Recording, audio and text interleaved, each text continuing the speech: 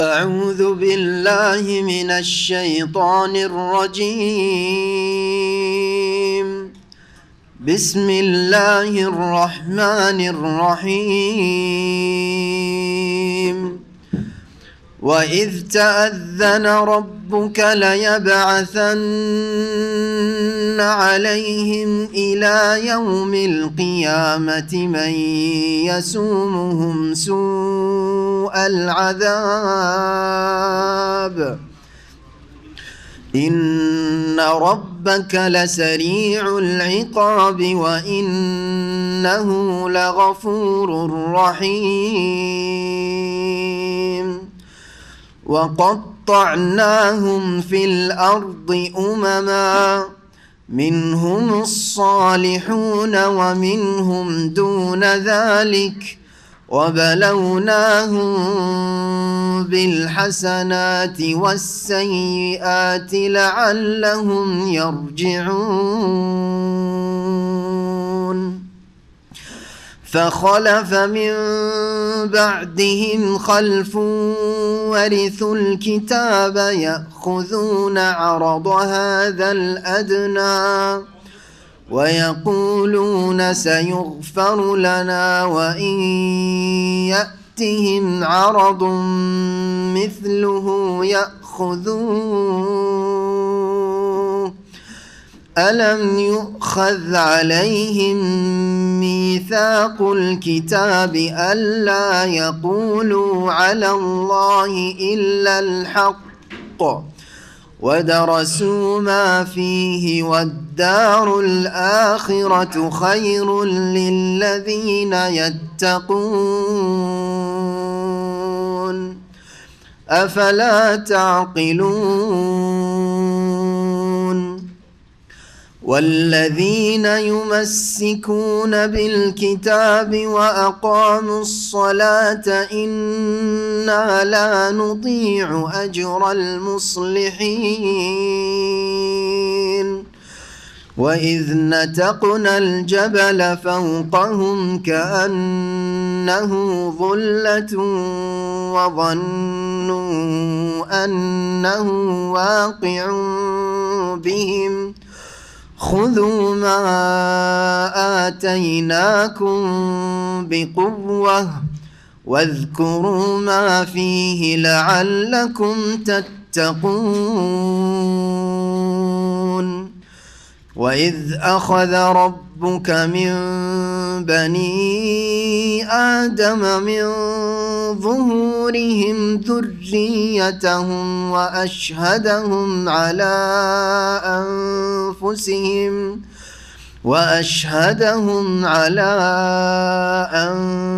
أنفسهم ألست بربكم قالوا بلى شهدنا أن تقولوا يوم القيامة إنا كنا عن هذا غافلين أو تقولوا إنما أشرك آباؤنا من قبل وكنا ذرية من بعدهم أفتهلكنا بما فعل المبطلون. وكذلك نفصل الآيات ولعلهم يرجعون. واتل عليهم نبأ الذي آتيناه آياتنا فانسلخ منها فأتبعه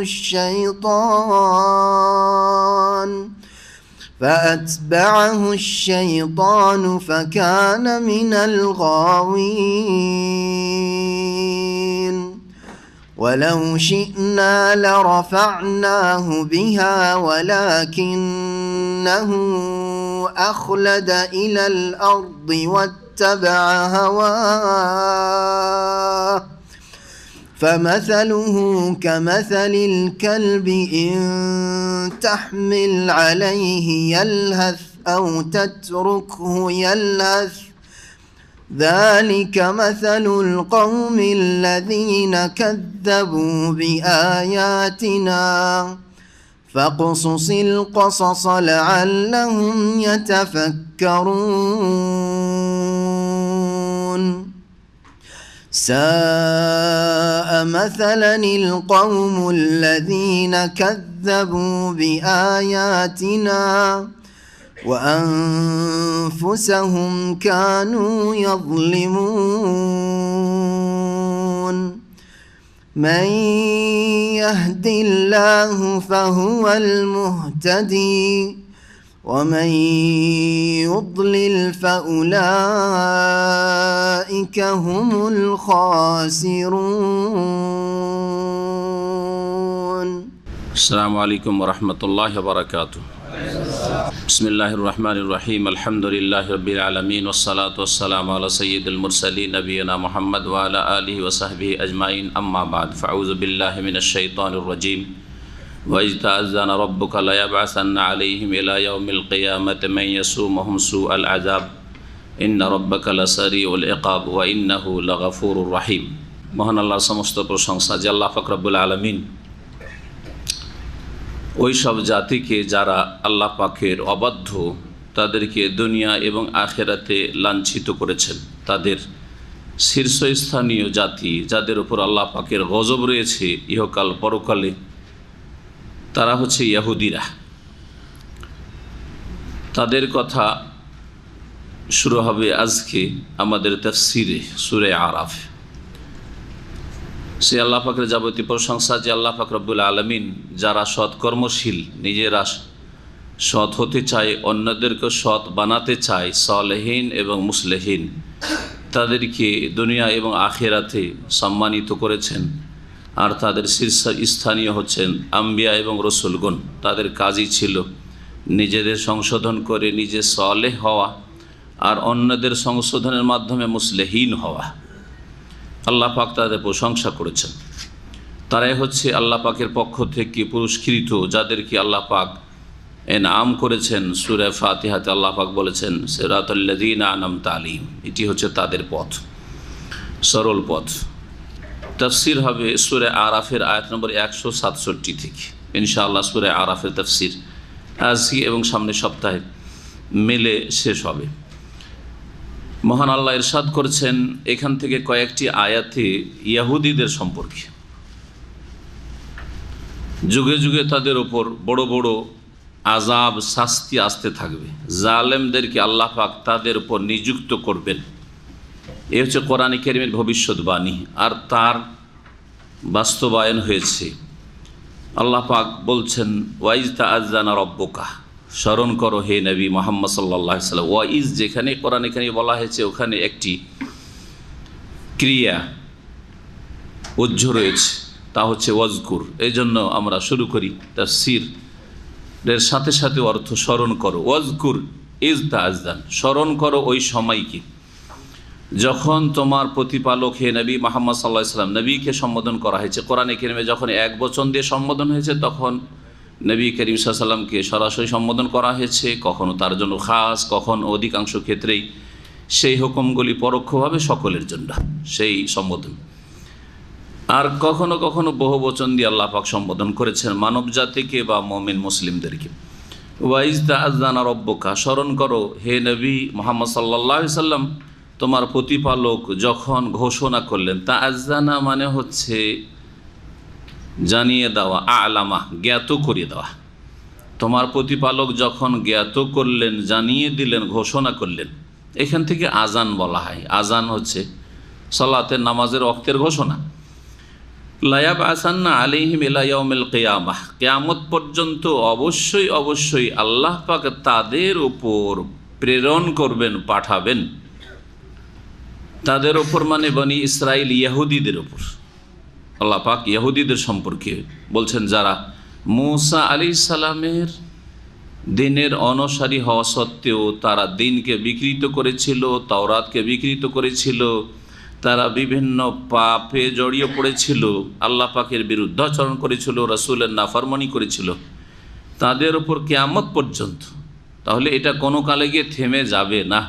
কিয়ামত পর্যন্ত অবশ্যই অবশ্যই আল্লাহ পাক তাদের উপর, ইহুদিদের উপর প্রেরণ করবেন মাইয়াসুম, এমন এমন ব্যক্তিদেরকে, গোষ্ঠীদেরকে, জালেমদেরকে, শাসকদেরকে। জালেম দিয়ে জালেমকে আল্লাহ দমন করেন, জালেমের ওপর বড় জালেমকে আল্লাহ পাক চাপিয়ে দেন। এটি হচ্ছে আল্লাহ পাকের নীতিমালা।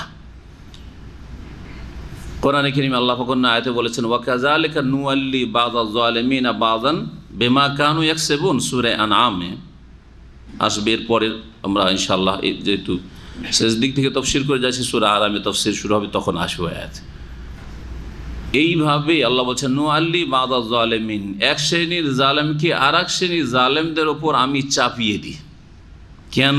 জালেম দিয়ে জালেমকে আল্লাহ পাক রব্বুল আলামিন শিক্ষা দেন, দমন করেন। বিমা কানু ইয়াকসিবুন, তাদের কৃতকর্মের কারণে, তাদের পাপাচারের কারণে, অন্যায়ের কারণে, তাদের কর্মদোষে। আল্লাহ পাক এমনিতে কিছু করেন না। এমন এমন জালেমদেরকে আল্লাহ পাক, ব্যক্তি, হ্যাঁ, গোষ্ঠী, দল, শাসকদেরকে আল্লাহ পাক চাপিয়ে দেবেন ইয়াসুমুহু আল আযাব, যাদেরকে আল্লাহ চাপিয়ে দিবেন, এই লোকেরা এই ইহুদিদেরকে কঠিন শাস্তি দেবে। ইয়াসুমুহু আল আযাব, কঠিন শাস্তি দেবে। ইন্না রাব্বাকা লাসারিউল ইকাব, নিঃসন্দেহে তোমার প্রতিপালক হে নবী লাসারিউল ইকাব, শাস্তিতে দ্রুত, সত্বর শাস্তিদাতা। আল্লাহ পাক রব্বুল আলামিনের শাস্তি প্রদানে বিলম্ব হয় না, দেরি লাগে না। দুনিয়ার শাস্তির ক্ষেত্রে শাস্তি দিতে চেয়েও শাস্তি দিতে পারে না। অপরাধ করেছে 40 বছর 50 বছর আগে, শাস্তি দেওয়ার সুযোগ সুবিধা হয়তো 50 বছর পর পেয়েছে, তাই না? হচ্ছে না? না ইতিহাস চোখের সামনে আসে না? ঘটনা ঘটেছে 50 বছর আগে, আর তার এখন বিচার হচ্ছে এখন 50 বছর পরে, হচ্ছে না? জি হ্যাঁ। আবার অনেক সময় শাস্তি দিতে চাইছে কিন্তু পারেই না, সারা জীবনটা চলে গেল, শাস্তি দিতে পারলো না। ওদের ছেলেরা শাস্তি দিতে পারলো না, আমার বাপ দাদার উপর জুলুম হয়েছিল, তো ওর প্রতিশোধ নিতেই পারে না। মানুষ কত অসহায়। কিন্তু আল্লাহ পাক যদি শাস্তি দিতে চান, তিনি সত্তর শাস্তি দিতে পারেন, তাতে কোনো রকম বিলম্ব হয় না। আজকাল বিভিন্ন আদালতে যে কেসগুলি ঝুলে থাকে, 5 বছর 10 বছর 20 বছর ঝুলতে আছে, মার্ডারের কেস আছে না? অথচ শাসন ক্ষমতা আছে, বিচার বিভাগ তাদের হাতে, তারপরে 10 বছর একটা কেস ঝুলছে। মানুষ ভুলে গেছে যে এইরকম একটা খুনের ঘটনা আমাদের এলাকায় বা গ্রামে হয়েছিল, দেশে হয়েছিল, তাই না? তারপরে গিয়ে বিচার হচ্ছে, তারপরে সুবিচার হয় না।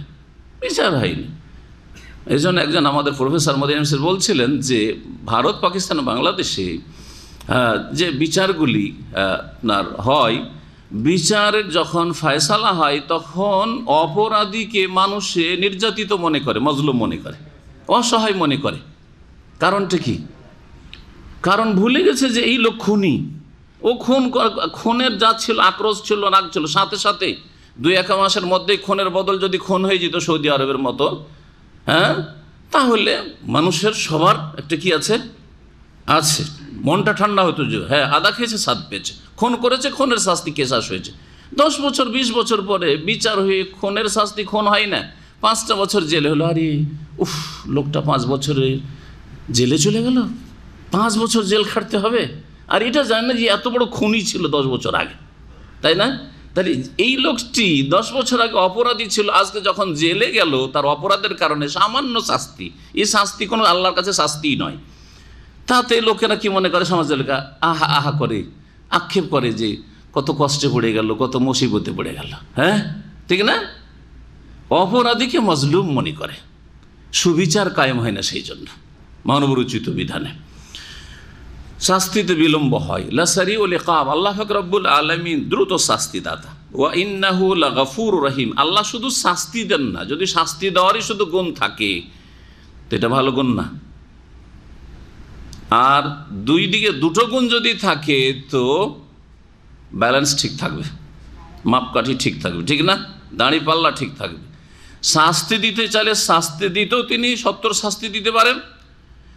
আর যদি তিনি ক্ষমা করতে চান, কেউ ক্ষমা চাই, তো তার ক্ষমাতেও কোনো বাধা দানকারী নেই। ওয়া ইন্নাহু লাগাফুর, আর নিঃসন্দেহে তিনি বড় মার্জনাকারী, ক্ষমাশীল। রহিম, তিনি বড় দয়ালু, দয়াবান। তার দয়াও অসীম দয়া, তার মার্জনাও সব কিছুকে আর সকল অপরাধীকে সামিল। যদি সে মার্জনা চায়, ক্ষমা চায়, আর যদি ক্ষমা না চাই, আল্লাহর দয়ার আশ্রয় না নিতে চাই, তো আল্লাহ শাস্তি দিতেও সত্তর। জি, আপনার যদি সুবিচার কায়েম করতে চান, আপনি ছেলে মেয়েদের বাবা বা পরিবারের আপনি একজন দায়িত্বশীল হিসাবে, তাহলে দুটোই দিকে আপনার ঠিক থাকতে হবে। অপরাধ যদি বাড়িতে বাড়তে লাগে, আপনার স্ত্রী ছেলেমেয়েরা অপরাধ করতে লাগে, সেই ক্ষেত্রে শাস্তিরও প্রয়োজন রয়েছে। শাস্তি দিতে গিয়ে অবহেলা যদি করেন, তো কখনো ঠিক করা যাবে না যদি অপরাধ বেড়ে যায়। আর ক্ষমার দৃষ্টিতেও দেখতে হবে, দয়ার দৃষ্টিতেও দেখতে হবে। শুধু দয়া আর দয়া, ক্ষমা আর ক্ষমা, তাহলে ছেলেমেয়েরা খারাপ হয়ে যাবে। হবে না? হবে না? যতই অপরাধ, চুরি করে এসছে ক্ষমা, মিথ্যা বলছে ক্ষমা, হ্যাঁ, মাকে মেরে দিয়েছে আর আপনি বলছেন যে ক্ষমা, হ্যাঁ, হাসছেন, হ্যাঁ হ্যাঁ, এক ছেলে বোকা লোক আছে, বাপ মা আছে, যে দিল একটা লাত, হ্যাঁ, মাকে, তারপর ওই মাও হাসছে যে আমার ছেলেই তো লাত মেরেছে, আর ওই বাপও হাসছে, তো ওই ছেলে কি আর ভালো হবে? তাহলে এখানে শাস্তির প্রয়োজন রয়েছে। তো আল্লাহ রাব্বুল আলামিন অসৎ লোক যারা অসৎ পথেই কন্টিনিউ করতে চায়, থাকতে চায়, ফিরে আসতে চায় না, তাদের জন্য আল্লাহ পাক সারিউল ইকাব, শাস্তি দ্রুত দিতে পারেন। আর যারা অসৎ পথ থেকে ফিরে আসতে চায়, তাদের জন্য বড় দয়ালু, তিনি রহিম, তিনি গফুর। এর মাধ্যমে সুবিচার কায়েম হতে পারে। আপনি আপনার পরিবারের ক্ষেত্রে ওই রকম ভুলভ্রান্তির ক্ষেত্রে উপেক্ষা করবেন, সব কথাই ধরবেন না। একবারে কড়া ক্রান্তি করে ধরা শুরু করেছে, কখনো শান্তি পাবেন না, আপনিও শান্তি পাবেন না, আপনার পরিবারও শান্তি পাবে না, জাহান্নাম যেন বাড়িতে হয়ে গেছে। দয়া দৃষ্টিতে দেখতে হবে, উপেক্ষার দৃষ্টিতে দেখতে হবে, মার্জনা করতে হবে, উদারতা রাখতে হবে। আর শাস্তির যখন প্রয়োজন হয়ে যাবে, তখন সেই ক্ষেত্রে শক্ত হয়ে যেতে হবে শাস্তি দেওয়ার জন্য। আল্লাহ পাক রব্বুল আলামিন ইহুদিদের সম্পর্কে আরো বলছেন, ওয়াকাত্তানাহুম ফিল আরদ, পৃথিবীতে তাদেরকে আমি বিভক্ত করে দিয়েছি দলে দলে। ইহুদিদের ওপর একটি আযাব যে আল্লাহ পাক তাদেরকে দলে দলে বিভক্ত, ছিন্ন ভিন্ন করে দিয়েছেন। তাদের অস্তিত্ব নেই, কোনো দেশে এতটা, কোনো দেশে এতটা, কোনো দেশে এতটা, এইভাবে ছিন্ন ভিন্ন করে আল্লাহ রেখেছেন। আজকে থেকে 50 বছর আগে পৃথিবীর তাদের কোনো একটি রাষ্ট্র, দেশও ছিল না। জবরদস্তি এই প্যালেস্টাইনকে মুসলিমদের থেকে পিছনে সাপোর্ট, ইসলামের শত্রু, মুসলিমদের শত্রু শক্তিদের সাপোর্ট, সমর্থন পেয়ে মুসলিমদের একটা জমি, হ্যাঁ, ভূমি দখল করেছে, তাও জবরদখল করে আছে। হ্যাঁ, এটি ন্যায়সঙ্গত তাদের দেশ নয়, এটি মুসলিমদের দেশ ফিলিস্তিন। এখন পর্যন্ত তাদের কোনো দেশ নেই যেটা ন্যায়সঙ্গতভাবে তারা হাসিল করেছে। এদের উপরে আল্লাহর গজব আছে না? নেই। খ্রিস্টানদের বহু দেশ আছে, আর বুদ্ধিস্টেরও দেশ আছে, আর হিন্দুদেরও দেশ আছে, ভারত, নেপাল, তাই না? তো এইরকম মুসলিমদের বহু দেশ আছে, হ্যাঁ, 50-এর বেশি, 60-এর কাছাকাছি। তো দেখেন ইহুদিদের, তো আল্লাহ পাকের কথাগুলির বাস্তবায়ন হচ্ছে যেইভাবে আল্লাহ পাক বলেছেন। আল্লাহ পাক কঠোর শাস্তি তাদেরকে দেবেন। যুগে যুগে এদের শাস্তি হয়েছে। পুরানো যুগের কথা, ইতিহাস বলে আমি তফসিরে দীর্ঘ করব না, কারণ তফসির আমাকে টানতে হবে। আপনি দেখেন হিটলারের কথা, হিটলার কত ইহুদিকে মেরেছে জানা আছে আপনাদের? 60 লক্ষ ইহুদিকে। মাইয়াসু মুহাম্মদ সুআল আযাব, ইহুদিদেরকে কঠিন শাস্তি দেবে। যুগে যুগে আল্লাহ এইরকম ব্যক্তিকে নিযুক্ত করবেন, সে ন্যায়সঙ্গত হোক অথবা জালেম হোক। জি, অনেক ক্ষেত্রে জুলুম করে শাস্তি দিয়ে, কঠিন শাস্তি দেবে, অনেক ক্ষেত্রে তাদের উচিত পানিশমেন্ট পাবে ইহুদিরা। আল্লাহ পাক এইরকম লোকদেরকে চাপিয়ে দেবেন, এ হচ্ছে ভবিষ্যৎবাণী। আর আল্লাহ এদেরকে ছিন্ন ভিন্ন করে দেবেন। ও মামান, উম্মতের বচন, দলে দলে। ওয়াকাত্তানাহুম ফিল আরদ, ও মামান, পৃথিবীতে আমি এই ইহুদিদেরকে দলে দলে বিভক্ত করে দেব। কাত্তানা মানে ফাররাকনা। মিনহুমুস সালিহুন, এদের মধ্যে কতক সৎকর্মশীল ভালো লোক হবে। বনি ইসরায়েলদের কতক ভালো হবে। দিন ইসলামকে যারা কবুল করেছে তাদেরকে বোঝানো হয়েছে। কারণ দিন ইসলাম, এর আগে গত সপ্তাহে যে আয়াতগুলি তাফসির হয়েছে, হয়তো আপনাদের মনে আছে, তাতে রয়েছে যে নবী করিম সাল্লাল্লাহু আলাইহি ওয়াসাল্লামকে আল্লাহ ঘোষণা করতে বলছেন, কুল ইয়া আইয়ুহান নাস ইন্নী রাসূলুল্লাহ ইলাইকুম জামিয়া, আমি তোমাদের সকলের জন্য রাসূল হয়ে এসেছি। আরও কিছু আয়াত ওখানে রয়েছে যে তফসিরগুলি স্মরণ করবেন। তো দ্বীন ইসলাম যেহেতু সারা বিশ্বের সমস্ত মানুষের জন্য এবং সকলকেই এই দ্বীন ইসলামের সিরাতে মুস্তাকিম সরল পথেই আসতে হবে, না হলে জান্নাত নেই। তো যারা ইহুদিদের মধ্য থেকে ইসলাম গ্রহণ করেছে যুগে যুগে, নবী করিম সাল্লাল্লাহু আলাইহি ওয়াসাল্লামের জামানায় বেশ কিছু ইহুদির ইসলাম গ্রহণ করেছে। তাদের বড় একজন আলেমের কথা গত সপ্তাহে বলেছিলাম, নাম মনে আছে? আবদুল্লাহ বিন সালাম। আবদুল্লাহ বিন সালাম। তো ইহুদিদের মধ্য থেকে যারা ইসলাম গ্রহণ করছে সলেহন, তারা সলেহন। দ্বীন ইসলাম আসার পূর্বে যারা 70 দিন তাওরাতের উপর অটল ছিল তারা সলেহীন। তারা মুসা আলাইহিস সালাম নিয়ে আসা দিনকে বিকৃত করেনি, তাওরাতকে বিকৃত করেনি, আর তারা 70 দিনের ওপর তাওহীদের ওপর ছিল। মুহাম্মদ রাসূলুল্লাহ সাল্লাল্লাহু আলাইহি ওয়াসাল্লামের নবী হয়ে রাসূলে আসার পূর্বে সলেহন তারা। কিন্তু তখনই যারা দিনের বিকৃতি ঘটিয়েছিল অথবা পাপে লিপ্ত হয়েছিল তারা হচ্ছে অসৎ। নবী সাল্লাল্লাহু আলাইহি ওয়াসাল্লাম আসার পরে নবী সাল্লাল্লাহু আলাইহি ওয়াসাল্লামের রিসালাতকে যারা অস্বীকার করল ইহুদি, যে মুহাম্মদ আরবদের নবী, উম্মীদের নবী, আমাদের নয়, আমরা মানব না, তারা হচ্ছে অসৎ। আল্লাহ পাক তাই বলছেন যে এদের মধ্যে কিছু ছিল সলেহ, ওয়ামিনহুম দুনা যালিক, আর তাদের মধ্যে কতক রয়েছে এর ছাড়া ভিন্ন। সৎ ছাড়া ভিন্ন মানে অসৎ। জি, অসৎ লোকদের নাম আল্লাহ নিতে চান না, এই জন্য এই কথা বলেন সলেহিন আর সাইয়্যিউন, হ্যাঁ বলেননি, মুজরিমুন, দুনা যালিক, এছাড়া ভিন্ন। জি, ভিন্ন। আমরা অনেক সময় অরুচিকর কথা বলতে চাই না, তারপরে অসৎ লোকদের নাম নিতে চাই না, নিতে চাই অসৎ লোকদের নাম নিতে চাই না। এই না যে শ্রদ্ধার জন্য, বড়দের শ্রদ্ধার জন্য অনেক সময় নাম নেন না, আর অসৎ লোকদের রুচি হয় না তাদের নাম জবানে নিয়ে আসা, সেই জন্য। জি, ওয়ামিনহুম দুনা যালিক। আর ইহুদিদের মধ্যে অসৎরা রয়েছে, এর ছাড়া ভিন্নরাও রয়েছে। জি, বহু দলে বিভক্ত। নবী কারীম সাল্লাল্লাহু আলাইহি ওয়াসাল্লাম কি বলেছেন যে ইহুদিদের কতটি দল হয়েছিল? 71 হয়েছিল। ইফতারাকাত বানু ইসরাইল আলা 71 ফিরকা। বানু ইসরাইলরা 71 দলে বিভক্ত হয়েছে। ওয়াফতারাকাতিন নাসারা আলা 72 ফিরকা। আর খ্রিস্টানরা 72 দলে বিভক্ত হয়েছে। ওয়াসাতাফতারিকু উম্মতি আলা 73 ফিরকা। আর আমার উম্মত এদেরকেও ছাড়িয়ে যাবে। কত ভাগে বিভক্ত হবে?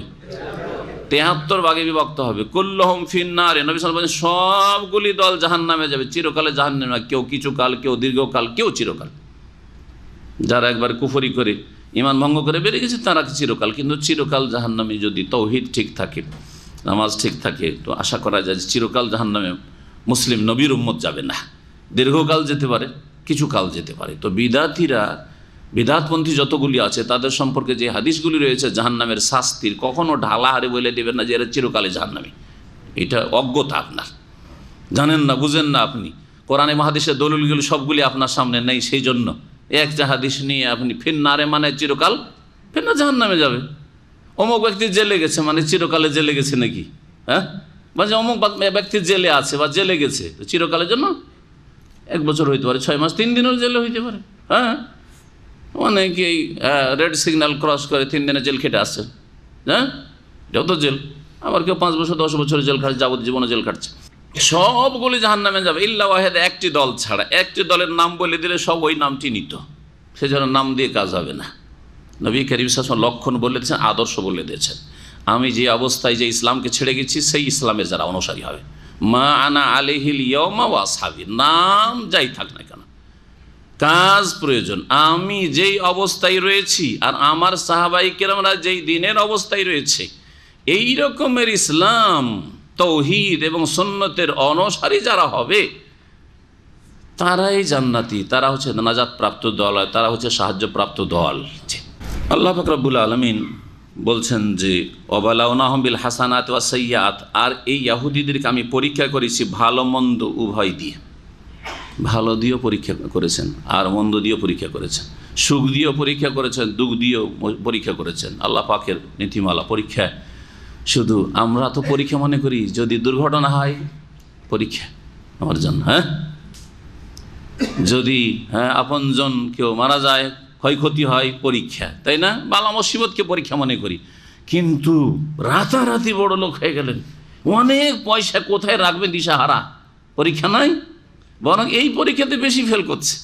বালা মসজিদ পরীক্ষাতে অনেক লোকই পাশ করে নাই, আল্লাহকে ধরে কান্নাকাটি করে, বেনামাজি ছিল নামাজি হয়, অসৎ ছিল সৎ হয়, তওবা করে, ইস্তেগফার করে, অনেক লোকই সৎ হয়ে যায় বালা মুসিবতের পরীক্ষায়।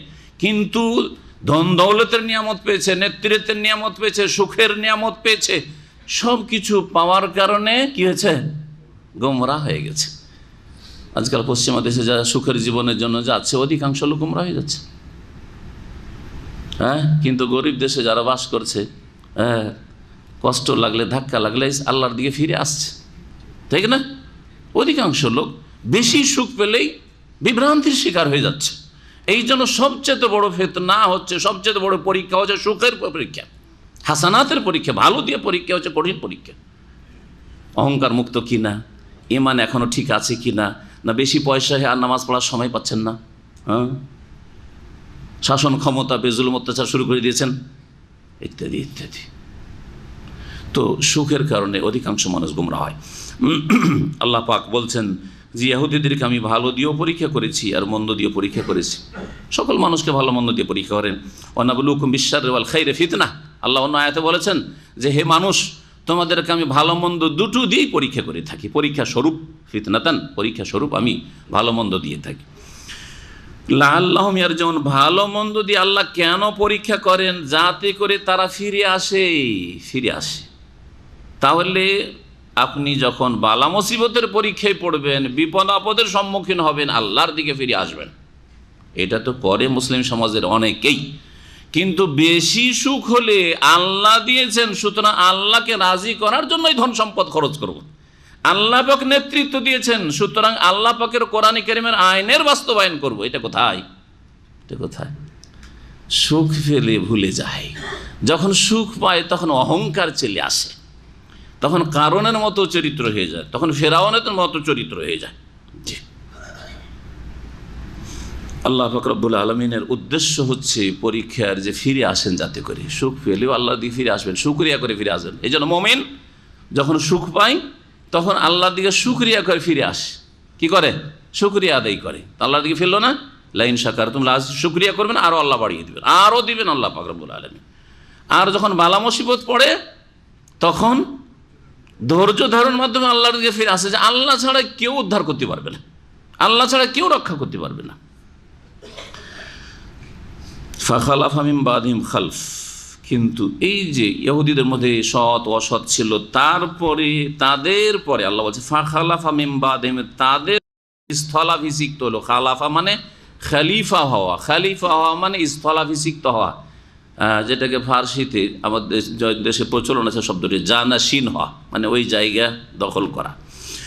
স্থলাভিষিক্ত হলো তাদের পরে খালফুন, অসৎ উত্তরসূরি। জি, অসৎ উত্তরসূরি, পূর্বসূরি যারা আগে চলে গেছে আর উত্তরসূরি যারা পরে এসেছে, খালফ।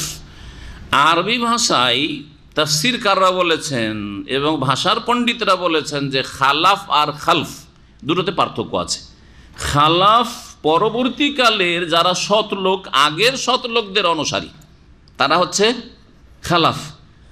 যেমন উদাহরণস্বরূপ নবী সাল্লাল্লাহু আলাইহি ওয়াসাল্লামের সাহাবাই কেরাম, তাবেইন, তাবা তাবেইন, ইমাম আবু হানিফা, শাফি, মালিক, আহমদ, আইম্মায়ে মুহাদ্দিসিন, এরা হচ্ছেন সালাফ। এরা হচ্ছে কি? সালাফ মানে পূর্বের, হ্যাঁ, সৎ লোকেরা, পূর্বের এ উম্মতের পূর্বের বা প্রথম যুগের সৎ লোক, স্বর্ণ যুগের সৎ লোকেরা। এই জন্য এদেরকে কি বলা হয়? সালাফ বলা হয়।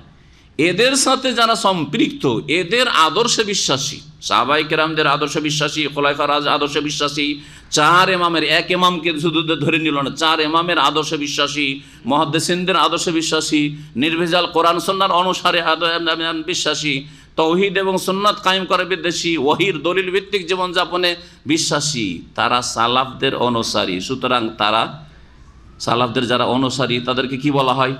সালাফি। যেমন আপনি ঢাকার লোক, সেজন্য ঢাকাবি, বোঝা গেছে? আপনি বাংলাদেশের লোক, সেজন্য বাংলাদেশি, ঠিক না? ওই রকমই যারা সালাফদের অনুসারী, সাহাবায়ে কেরামদের অনুসারী, তাবেইনদের অনুসারী, তাবা তাবেইনদের অনুসারী।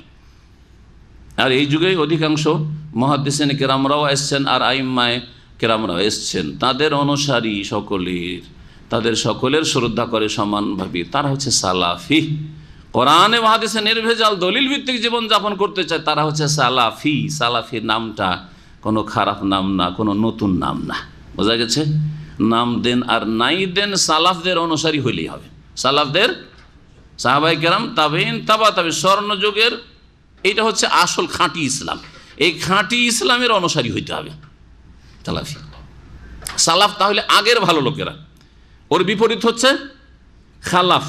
তাহলে বর্তমান যুগের বা তাবা তাবেঈনের যুগের পরে, মুহাদ্দিসিন কেরামদের ভাষায় 300 হিজরির পরে, মানে তাহলে 300 হিজরি যখন পার হয়ে গেল, তাহলে 4র্থ শতাব্দী, 301 থেকে শুরু করে তারপরে আজ পর্যন্ত যে 1437 হিজরি চলছে, এখন পর্যন্ত যেসব মুসলিম ওলামা এবং জনসাধারণ সহি পথে রয়েছেন, ওই সাহাবায়ে কেরাম, তাবেঈন, তাবা তাবেঈনের পথে রয়েছেন, এরা হচ্ছে খালাফ।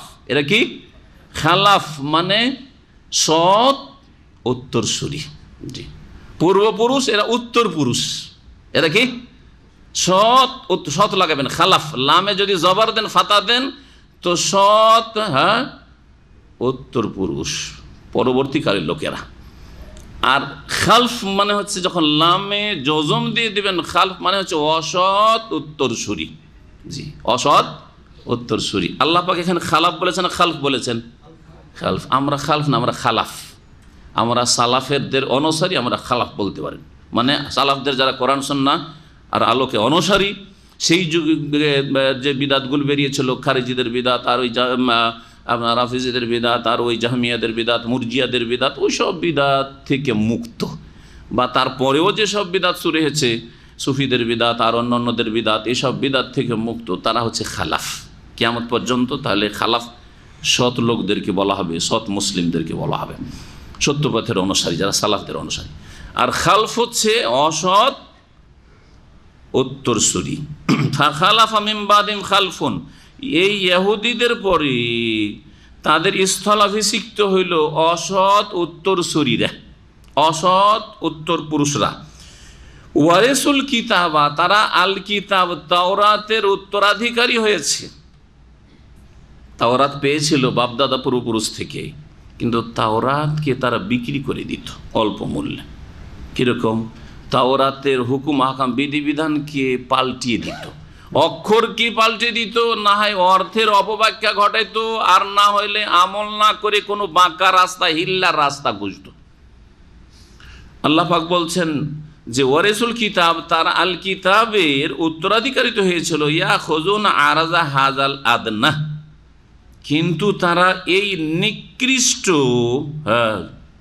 এই নিকৃষ্ট জগতের স্বার্থ বা সামগ্রী তারা গ্রহণ করত। আরাজ মানে দুনিয়ার সামগ্রী, পার্থিব সামগ্রীকে কি বলা হয়? আরাজ। আরাজুল হায়াতি দুনিয়া, পার্থিব জগতের সামগ্রীকে আরাজ বলা হয়। হাজাল আদনা, আদনাটা বুঝেন। আদনা যদি দনুগুণ থেকে, আরবিতে আদনার আসল উৎস দুটো হইতে পারে। আদনা শব্দটি, শব্দের ব্যাখ্যা বলছি। যদি দনুগুণ নেন তাহলে নিকটবর্তী হয়। দুনিয়াকে দুনিয়া কেন বলা হয়? এর দুটো কারণ, আর এখানেও আদনার দুটো তাফসীর রয়েছে। দুনিয়া আর আখেরাত, আমাদের সামনে দুটো জগৎ। এক জগতে আমরা আছি, দুনিয়ায় আছি, আর মওতের পরে আখেরাতে পাড়ি দেব। এই দুটো জগতের মধ্যে কোনটা কাছের জগৎ? দনুগুণ মানে হচ্ছে নিকটবর্তী, কাছের। তো দুনিয়াকে দুনিয়া এই জন্য বলা হয় যে আখেরাতের জগতের তুলনায় দুনিয়া কাছে। আগে দুনিয়ায় আসতে হবে, তারপর দুনিয়া থেকে পাড়ি দিয়ে সফর করে কোথায় যেতে হবে? আখেরাতে পৌঁছিতে হবে, মওতের মুখোমুখি হইতে হবে, তারপরে আখেরাত শুরু হবে। দুনিয়ার ওয়াজহে তাসমিয়া বা নামকরণের কারণ একটি এই। আর দুনিয়াকে দুনিয়া বলা হয় দানা আতুন থেকে, দনুগুণ থেকে নয়। তাহলে দানা আতুন মানে নিকৃষ্ট। হাজার রাজুলুন দানিয়ুন, এখন আরবিতে বলি এই লোকটি হচ্ছে নিকৃষ্ট লোক, তুচ্ছ লোক, ছোট লোক। আমরা বলি ছোট লোক, এই যে ছোট লোক দানি। জি, তো দুনিয়া যদি দানি আতুন থেকে মুস্তাক হয়ে থাকে বা এর উৎপত্তি হয়ে থাকে, তাহলে দুনিয়াকে দুনিয়া কেন বলা হয়? আখেরাতের মহাপুরস্কারের তুলনায় দুনিয়ার সমস্ত নিয়ামত তুচ্ছ। দুনিয়ার নিয়ামত আখিরাতে মহাপুরস্কারের তুলনায় জান্নাতে আল্লাহ পাক মুমিনদের জায়গা রেখেছেন কি? তুচ্ছ। আর এই তুচ্ছ দুনিয়ার পিছনে অধিকাংশ তুচ্ছ লোকেরই ছুটে। হ্যাঁ, তুচ্ছ দুনিয়া, অবৈধভাবে অসৎভাবে যে কোনো উপায়ে দুনিয়া অর্জন করতে হবে, যারা ছুটে তারা হচ্ছে তুচ্ছ লোক। তো দুনিয়াকে এই দুটো কারণে দুনিয়া বলা হয়, দনুগুণ থেকে নিকটবর্তী অথবা দানাতুন মানে নিকৃষ্ট থেকে। ঠিক ওই রকমই আরাজা হাজাল আদনা, এই নিকটবর্তী জগতের অর্থাৎ দুনিয়ার পার্থিব স্বার্থ তারা নিয়ে থাকি। করতো কি? ইয়াহুদিরা ঘুষ খেয়ে ফতোয়া দিত, ঘুষ খেয়ে তাদের ধর্মের বিধিবিধানকে পাল্টিয়ে দিত।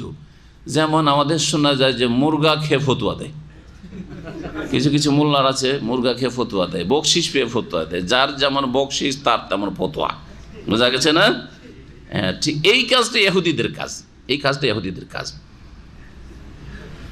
আরে মোরগ খেয়ে নাই দিক, এগুলো ঘটনা মেলা আছে, কত সত্য হইতে পারে, কিন্তু কথা হচ্ছে যে এইটা তো হচ্ছে যে দুনিয়ার আয় ইনকামের কারণে তাবিজ ব্যবসা ছাড়তে পারছে না, ধর্ম ব্যবসা। দুনিয়ার আয় ইনকামের জন্য মিলাদের বিদাত ছাড়তে পারছে না, ঠিক কিনা? দুনিয়ার আয় ইনকামের জন্য এইরকম বহু ব্যবসা চলছে, এই নামাজের কাফফারা বিদাত ছাড়তে পারছে না, কাফফারা আদায় করবে। এইরকম করে এক একটা করে ধর্ম ব্যবসা গণান, তো এগুলি কি ইয়াখুজুন আরাজা হাজাল আদনা, দুনিয়ার তুচ্ছ স্বার্থ বা সামগ্রী হাসিল করে থাকে, তারা করে না? এটা হচ্ছে ইহুদিদের চরিত্র। এদের ধর্ম বিক্রি করে দুনিয়ার তুচ্ছ স্বার্থ হাসিল করতে আল্লাহ বলেছেন ইয়াখুজুন আরাজা হাজাল। ঘুষ নেওয়া শুরু করলো এরা। ওদেরকে যখন কিছু লোকেরা, ওদের সমাজে ভালো মানুষ ছিল কিছু, কিন্তু সুবিধাবাদী ভালো মানুষ, একটু নসিহত করে, আর তারপরে যখন শুনলো না, দেখছে যে ওরা তো ভালোই আয় ইনকাম করছে ঘুষ খেয়ে দিত, তো ওরাও লেগে যেত, ওরাও ঘুষ খেতে লাগতো, সুযোগ পেলে ওরাও ঘুষ খেত। প্রথম উপদেশ দিত, আল্লাহ পাক বলছেন ওয়ায়াকুলুনা, ওদের একদল বলে সায়ুব, ওরা বলে যারা ঘুষ খেত তারা বলতো সায়ুব ফারোলানা, তোমরা এরকম ঘুষ কেন খাচ্ছ? অন্যরা যখন বলতো এরকম ঘুষ কেন খাচ্ছ, এটা হারাম কাজ। ধর্ম বিক্রি করে, ভুল ফতোয়া দিয়ে, তাওরাতের বিরুদ্ধে উল্টো পাল্টা ফতোয়া দিয়ে অপব্যাখ্যা করে তোমরা ঘুষ খাচ্ছ, মানুষের কাছে ঘুষ খেয়ে ফতোয়া দিচ্ছ, তো জবাব দিতে হবে, আল্লাহর কাছে আসামি হবে। তখন বলতো আল্লাহ গাফুর রহিম সাইয়ুগ ফারুল্লাহনা, আল্লাহ আমাদেরকে মাফ করে দিবেন, আমাদেরকে ক্ষমা করা হবে।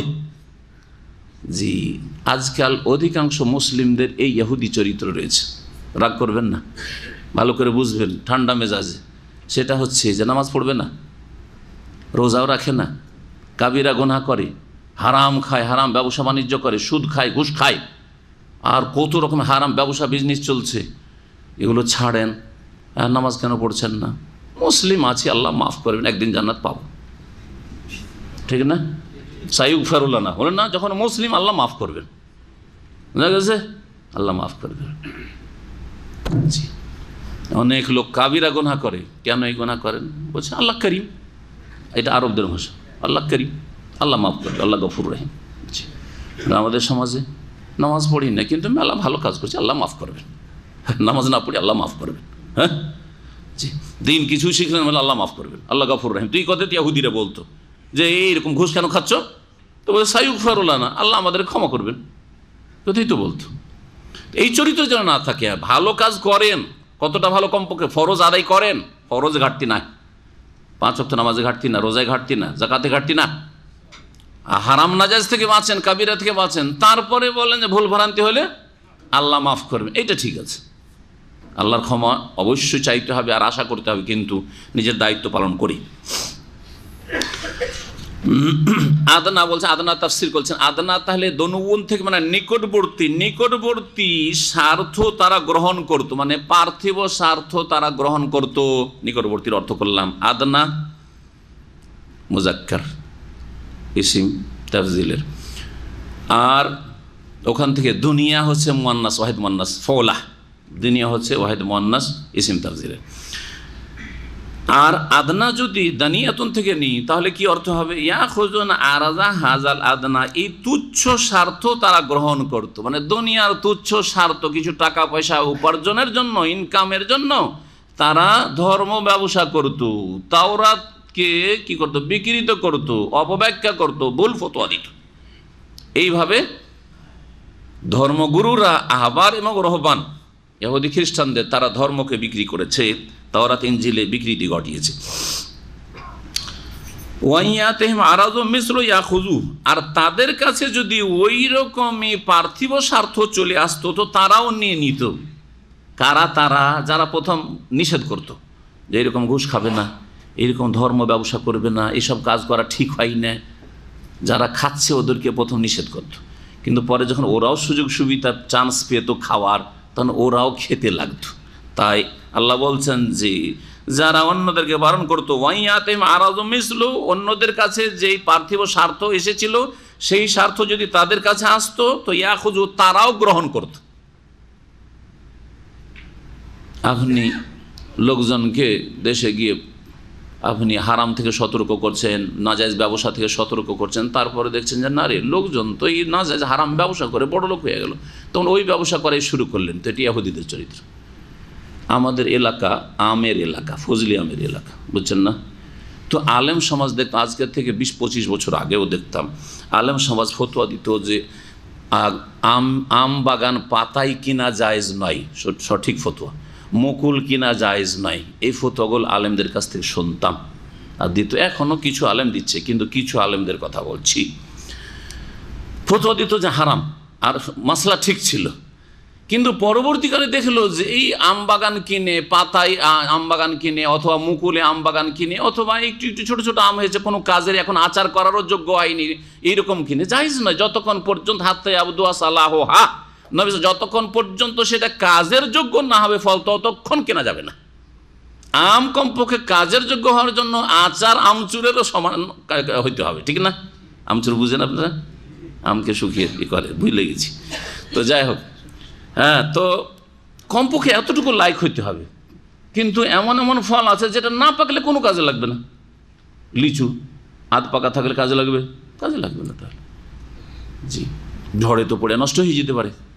সুতরাং ওইরকম কেনা যাবে, যতক্ষণ পর্যন্ত বিক্রি করার যোগ্য না হবে, পয়সার যোগ্য না হয়েছে, ততক্ষণ পর্যন্ত এইভাবে কেনা যাবে না। এই ব্যবসা করলে হারাম বলতো, তারপর দেখলো যে রাতারাতি লোকেরা আম ব্যবসা করে, আম বাগান ব্যবসা করে তো বড় লোক হয়ে যাচ্ছে। কিছু মৌলভী সাহেবের আম বাগান ব্যবসা শুরু করে দিলাম।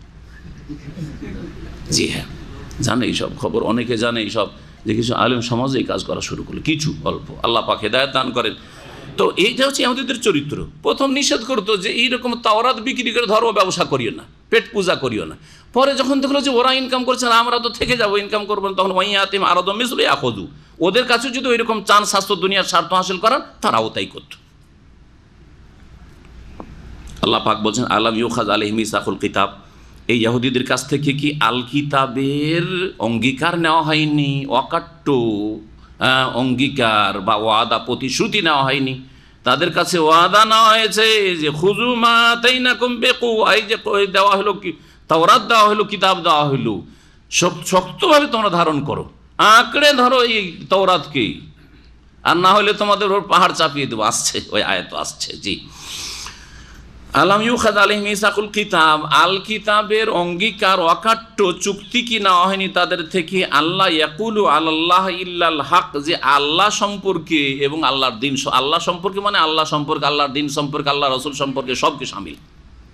রসুল সম্পর্কে যদি মিথ্যা কথা বলেন তো আল্লাহ সম্পর্কে মিথ্যা কথা বলা হলো না, দিন সম্পর্কে যদি ভুল কথা বলেন তো আল্লাহ সম্পর্কে ভুল কথা বলা হলো। আল্লাহ পাকের জাত সত্তা সম্পর্কে হোক, আল্লাহ পাকের গুণ সম্পর্কে হোক, আল্লাহ পাকের রুবুবিয়াত সম্পর্কে হোক, আল্লাহ পাকের উলুহিয়াত ইবাদতবন্দেগী সম্পর্কে হোক, বা আল্লাহ পাকের দিনের বিধিবিধান সম্পর্কে হোক, অথবা আল্লাহ পাকের রাসূল সাল্লাল্লাহু আলাইহি ওয়াসাল্লাম সম্পর্কে হোক।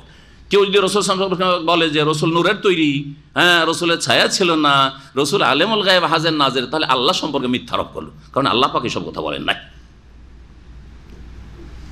জি, আল্লাহ পাক রসুলের এসব গুণ রাখেন নাই। কিন্তু রসুল সম্পর্কে যদি বলে যে তিনি আবদুল্লাহ ছিলেন, তিনি রসুল্লাহ ছিলেন, তার প্রত্যেকটি কথা মানতে হবে, তা তিনি নিজে কোনো কথা বলতেন না ওহী ছাড়া, তাহলে সত্য কথা বলল। তাদের কাছ থেকে এই চুক্তি নেওয়া হয়নি আল্লাহ ইয়াকুলু আলাল্লাহ ইল্লাল হক, যে আল্লাহ সম্পর্কে সত্য ছাড়া, ন্যায়সঙ্গত কথা ছাড়া, হক ছাড়া অন্য কোনো কথা বলবে না। আল্লাহ সম্পর্কে ন্যায্য কথা বলবে, হক কথা বলবে। এই ওয়াদা নেওয়া হয়েছিল ইহুদিদের থেকে, বনি ইসরায়েল থেকে। ওয়াদারাসু মাফি, এবং আল কিতাবে যা আছে তা তারা পড়াশোনাও করেছিল, এমন নয় যে অজ্ঞ ছিল, পড়াশোনার সুযোগ পায়নি তারা। দারাসা মানে তাহলে লেখাপড়া করা, দারাসে আদরস, এই জন্য ছাত্রকে দারেস বলা হয়, হ্যাঁ, আর আলোচনাকে দার্স বলা হয়, এখান থেকে দারাসু। এটা হচ্ছে একটি তাফসীর। দারাসার দেখেন আরবি এত ব্যাপক মানে অর্থপূর্ণ ভাষা যে আরবিতে কোথা থেকে কোথায় অর্থ চলে যাবে। দারাসা মানে মিটিয়ে দেওয়া, ইনদারাসা মানে মিটিয়ে যাওয়া হয়, হ্যাঁ, আর দারাসা মানে মিটিয়ে দেওয়া হয়, মুছে দেওয়া হয়। তাহলে অর্থ যদি এটা করি তাহলে অন্য অর্থ হয়ে যাবে। তারা করতো কি, ও দারাসু মাফি আল কিতাবে, তাওরাতে যে বিধিবিধান রয়েছে সেগুলিকে তারা মুছে দিত, বিকৃত করে মুছে দিয়ে অন্য কিছু লিখে দিত, যে ফতোয়াটা দিল ওইটা লিখে দিত। এইভাবে তাওরাতকে তারা বিকৃত করেছে। কোথায় অর্থ চলে গেল? আগেরটা ছিল যে তাওরাত পড়াশোনা করত, তারপরেও তারা তাওরাতের বিপরীত আমল করত, জ্ঞান থাকা সত্ত্বেও যদি আমল না করে তো তাদের আল্লাহ কি বলেছেন, মাগজুব বলেছে, ওদের আল্লাহর ক্রোধ হয়, গজব হয়। তো ইহুদিরা না সেটা, আর ইহুদি চরিত্র এটা। আপনার জ্ঞান থাকা, মাদ্রাসায় পড়ার পরেও যদি শিরক বিদআত করে, কবর মাজারের দিকে ডাকে, তাহলে আল্লাহর গজব হবে। আর মাদ্রাসাও পড়েনি, কিছুই পড়লো না, জানলো না, অজ্ঞতার কারণে যদি গুমরাহির শিকার হয় তাহলে তারা হচ্ছে দলিন পথভ্রষ্ট খ্রিস্টানদের চরিত্র রয়েছে। রাসু মাফি, তাওরাতে যা ছিল তা তারা মুছে দিত।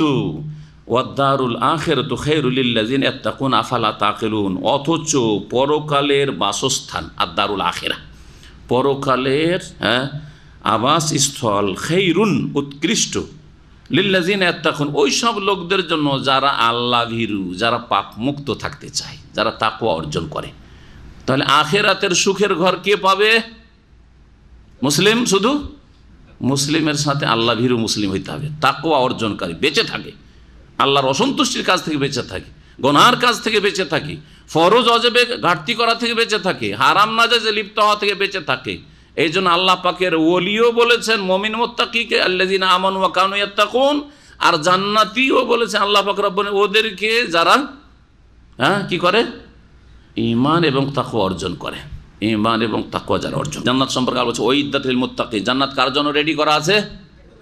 যারা পাপ মুক্ত মুত্তাকি, আল্লাহ ভীরু, আল্লাহর ভয় যারা গুনাহ থেকে বাঁচতে চায়।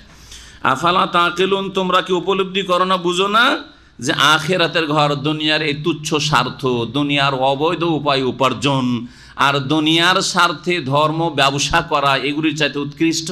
সে উৎকৃষ্টকে উপেক্ষা করে, নষ্ট করে, বরবাদ করে আল্লাহর আখিরাতের নিয়ামতকে দুনিয়ার স্বার্থ হাসিল করছো। আল্লাহ পাক তারপরে বলছেন ওয়াল্লাযিনা ইউমাসসিকুনা বিল কিতাবি ওয়া আকামুস সালাতা ইন্না লা নুযিউ আজরাল মুসলিহিন, আয়াত নম্বর 170। মনে রাখবেন এই আয়াতটি, এই আয়াতের গুণ প্রত্যেক মুসলিমের মধ্যে থাকতে হবে, তাহলে আল্লাহর আযাব থেকে বাঁচতে পারবেন। এই গুণ যদি আপনার মধ্যে থাকে তো আল্লাহর আযাব আসবে না ইনশাআল্লাহ, এবং আপনি সত্যিকার জান্নাতের পথে আছেন। কি গুণ দেখেন, ওয়াল্লাযিনা ইউমাসসিকুনা বিল কিতাব, যারা আল কিতাবকে আঁকড়ে ধরে, মজবুত করে। মাসসাকা ইউমাসসিকু মানে হচ্ছে মজবুত করে ধরা, আর তামাসসাকা মানেও হয় মজবুত করে ধরা, আর আমসাকা মানে ধরা, আমসিক বলে না, আমসিক মানে ধরো, আমসাকা মানে এমনি ধরা, আর তামাসসাকা মানে মজবুত করে ধরা, মাসসাকা মানে আরও শক্ত করে ধরা, শক্ত করে আঁকড়ে ধরা। ওয়াল্লাযিনা ইউমাসসিকুনা বিল কিতাব, যারা আল কিতাবকে মানে কোরআনে কারীম এবং রাসূলের হাদিস, আল কিতাব বলতে কোরআনে কারীম এবং রাসূলের হাদিস, ওহীকে বোঝানো হয়েছে। আল্লাহ পাকের কিতাব মানে আল্লাহ পাকের বিধান, আল্লাহ পাকের বিধান হচ্ছে ওহী কোরআনকেও শামিল আর রাসূলের হাদিসকেও শামিল সাল্লাল্লাহু আলাইহি ওয়াসাল্লাম।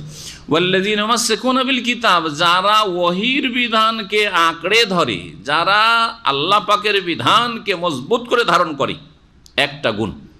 তাহলে প্রথম আপনাকে এই পয়েন্টে আসতে হবে যে আপনি ওহীকে মজবুত করে ধরবেন জীবনের প্রত্যেকটি ক্ষেত্রে। আকীদা আমার কি, যেটা অমুক আয়াতে আছে, হাদিসে আছে, আয়াত এবং হাদিসের আলোকে আপনার আকীদা, ধর্মীয় বিশ্বাস, আপনার ইবাদত বন্দেগী কেমন, যেমন কোরআনে আছে, হাদিসে আছে, রাসূলের তরিকায় আছে। কোরআন সুন্নাহকে মজবুত করে ধরবেন, তাওহীদবাদী হবেন আর সুন্নতের অনুসারী হবেন। তাওহীদের হেফাজত করতে হবে এবং সুন্নতের সুরক্ষাকারী হইতে হবে, এই হচ্ছে একটি গুণ। তাওহীদ সুন্নতের দাবিদার কিন্তু নামাজ ঠিক নেই, তাহলে অচল। যেমন অনেকেই আমাদের উপমহাদেশে আছে যে আমরা সহি আকীদার লোক। সহি আকীদা বলতে তারা বোঝা যে আমরা কবর মাজার পূজায় বিশ্বাসী নয়, আমরা মিলাদ শবে বরাত ওই সব বিদাতে বিশ্বাসী না, আমরা হয়তো পড়ি না, কিন্তু নামাজও পড়ে না ঠিক করে, নামাজ ঠিক করে মানে যদি কোনোদিন নামাজ পড়ে তাহলে নামাইতে পড়বে না। জুমা পড়া মুসলমান, কবর মাজারে যায় না, যদি নামাজ পড়ে তাহলে নামাইতোটা পড়বে না। জুমা পড়ে তো নামাইতে পড়বে না, যদি ঈদ পড়ে তো নামাইতে পড়বে না, রোজা রাখে তো নামাইতে আনাসুমা গাদান বলবে না, কিন্তু বেনামাজি। মুসলিম সমাজের যারা সহিহ আকীদার দাবিদার, ওদের জনগণ অধিকাংশ কিন্তু এই ক্যাটাগরির বেনামাজি। মাজার টাজারা হয়তো যায় না, সহিহ আকীদার দাবিদার সেজে তো সীমিত আকারে সহিহ আকীদা। এই সহিহ আকীদা নাজাত দেনেওয়ালা নয়, এই সহিহ আকীদা পরিত্রাণের জন্য যথেষ্ট নাই। কারণ আল্লাহ কি বলেছেন, কোরআন সুন্নাহকে আঁকড়ে ধরার সাথে সাথে ওয়া আকামুস সালাতা, সালাত কায়েম করবে। সালাত কায়েম করা হচ্ছে 5 ওয়াক্ত নামাজ, যেইভাবে আল্লাহ ফরজ করেছেন, যেইভাবে রাসূলুল্লাহ সাল্লাল্লাহু আলাইহি ওয়াসাল্লাম যেই সময় আদায় করেছেন, যেই কোয়ালিটিতে আদায় করেছেন, ওইভাবে আদায় করার চেষ্টা করা। নামাজ কায়েম করার পদ্ধতি সম্পর্কে আমার একটা বক্তব্য আছে, শুনে নিতে পারেন। কয়েকটি দিক রয়েছে নামাজ কায়েম করা। নামাজ কায়েম এমনিতে হয় না যে 5 ওয়াক্ত শুধু জুটিয়ে দেন, কিন্তু নামাজ আপনি মুরগির ঠোকর মারার মতো পড়েন, তো নামাজ কায়েম হইল না। নামাজ পাঁচটা টাইমে পড়ছেন, কিন্তু সূর্য ওঠার পরে ফজর পড়ছেন, তাই নামাজ কায়েম হইল না। হ্যাঁ, নামাজ আপনি পড়ছেন কিন্তু নামাইতো দিয়ে নামাজ পড়ছেন, হ্যাঁ, যাই নামাজের দোয়া দিয়ে নামাজ পড়ছেন, 5 ওয়াক্ত নামাজ পড়ছেন, টাইমে টাইমে নামাজ পড়েছেন, কিন্তু নামাজ কায়েম করা হলো না। নামাজ 5 ওয়াক্ত পড়লেন, সুন্নতি তরিকায় পড়লেন, কিন্তু মসজিদে কি জামাতে নামাজ পড়ছেন না পুরুষ মানুষ, আপনার বিবির ইমামতি করছেন ঘরে বসে বসে, হ্যাঁ, তাহলে নামাজ কায়েম করা হলো না। ওয়ারকাও মার রাখে বুঝা গেছে। বেশ কিছু দিক রয়েছে। তার সাথে সাথে নামাজের মধ্যে খুশু হইতে হবে, মনোযোগ সহকারে নামাজ পড়তে হবে। দুনিয়া মগজে ঢুকিয়ে নামাজে ঢুকলে হবে না, দুনিয়া মুক্ত হয়ে নামাজের মধ্যে প্রবেশ করতে হবে, আল্লাহর সাথে সাক্ষাৎ করতে, আল্লাহর সাথে কথা বলতে হবে। তো যারা নামাজ কায়েম করলো, সালাত কায়েম করলো, তাওহীদ এবং সুন্নত প্রতিষ্ঠার সাথে সাথে আল্লাহ তাদেরকে মুসলিহিন বলেছেন। ইন্না লা নুদিউ আজরাল মুসলিহিন, নিঃসন্দেহে আমি যারা সংস্কারকারী, সংশোধনকারী, নিজেদের সংশোধনকারী, অন্যদের সংশোধনকারী। মুসলিহিন মানে শুধু অন্যদের সংশোধন নয়, নিজেদের সংশোধন করে প্রথম, আর তারপরে অন্যদের সংশোধন করে। তাদের প্রতিদানকে, বদলাকে আমি বিনষ্ট করব না, নিষ্ফল করব না। তাফসীরকাররা বলছেন যে এই আয়াতের তাফসীর বা অর্থ হলো এই যে যারা কোরআন সুন্নাহকে মজবুত করে ধরে, তাওহীদ প্রতিষ্ঠা করে, শিরক মুক্ত আকীদা এবং সুন্নতের অনুসারী, রসুলের অনুসারী, বিদাত মুক্ত হয়েছে এবং তার সাথে সাথে 5 ওয়াক্ত সালাত কায়েম করেছে, তারাই নিজেদের সংস্কার সংশোধন করতে পারে, আর তারাই অন্যদের সংস্কার সংশোধন করে মুসলিহিন হইতে পারে তারা। আর মুসলিহিনদের ওপর আল্লাহর আযাব আসে না, সালেহিনদের ওপর আল্লাহর আযাব আসতে পারে। যারা শুধু নিজেরাই সৎ, অন্যদেরকে সৎ করার চেষ্টা করে না, তাদের ওপর আযাব আসতে পারে যখন পাপ বেশি বেড়ে যাবে সমাজে, পরিবারে। কিন্তু মুসলিহিনদের ওপর আযাব আসবে না, মুসলিহিনদের ওপর আযাব আসবে না বিনা দলিলে। আল্লাহ পাক কোরআনে কারীমে ইরশাদ করেছেন একটি আয়াত, ওয়া মা কানা রাব্বুকা লিইহলিকাল কুরা বিযুলমিন ওয়া আহলুহা মুসলিহুন। হে নবী, তোমার প্রতিপালক কোন জনপদকে তাদের পাপের কারণে, কোন দেশকে, কোন বাড়িকে, কোন সমাজকে, কোন গ্রামকে পাপের কারণে ধ্বংস করবে না। ও আহলোহা, সেখানকার অধিবাসীরা যদি কি হয়, ও আহলোহা মুসলিহুন, সংস্কারক হয়, সংশোধনকারী হয়, নিজেদের সংশোধন করে, নিজের স্ত্রী ছেলেমেয়ের সংশোধন করে, নিজের গ্রামবাসীর সংশোধন করে, দেশবাসীর সংশোধন করতে থাকে না থাকে, মানুষকে সৎপথে নিয়ে যাওয়ার জন্য নেতৃত্ব দিতে থাকে, গাইড যদি করতে থাকে, তাহলে ওই জনপদকে আল্লাহ ধ্বংস করবেন না। সহিহ বুখারীতে হাদিস রয়েছে, মা উম্মে সালামা রাদিয়াল্লাহু তাআলা আনহা জিজ্ঞেস করেন নবী করিম সাল্লাল্লাহু আলাইহি ওয়াসাল্লাম, যখন আল্লাহ পাকের আযাবের কথা বলছিলেন, তখন বললেন যে ইয়া রাসূলুল্লাহ, আনুহলাকু ফিনা সলিহুন, আমাদেরকে কি ধ্বংস করা হবে আল্লাহর আযাবে, অথচ আমাদের মধ্যে নেক লোকেরা, সলেহুন, মুসলিহুন বলেননি, কি বলেছেন, ওয়াফিনা সলেহুন, আমাদের মধ্যে নেক লোকেরা এখনো বেঁচে আছে, এখনো নামাজি আছে, রোজাদার আছে, পরেজগার লোকেরা, আল্লাহ ভীরু আছে, হাজি গাজি আছে, হ্যাঁ, দাড়িওয়ালা আছে, আলেম হুজুরেরা আছে।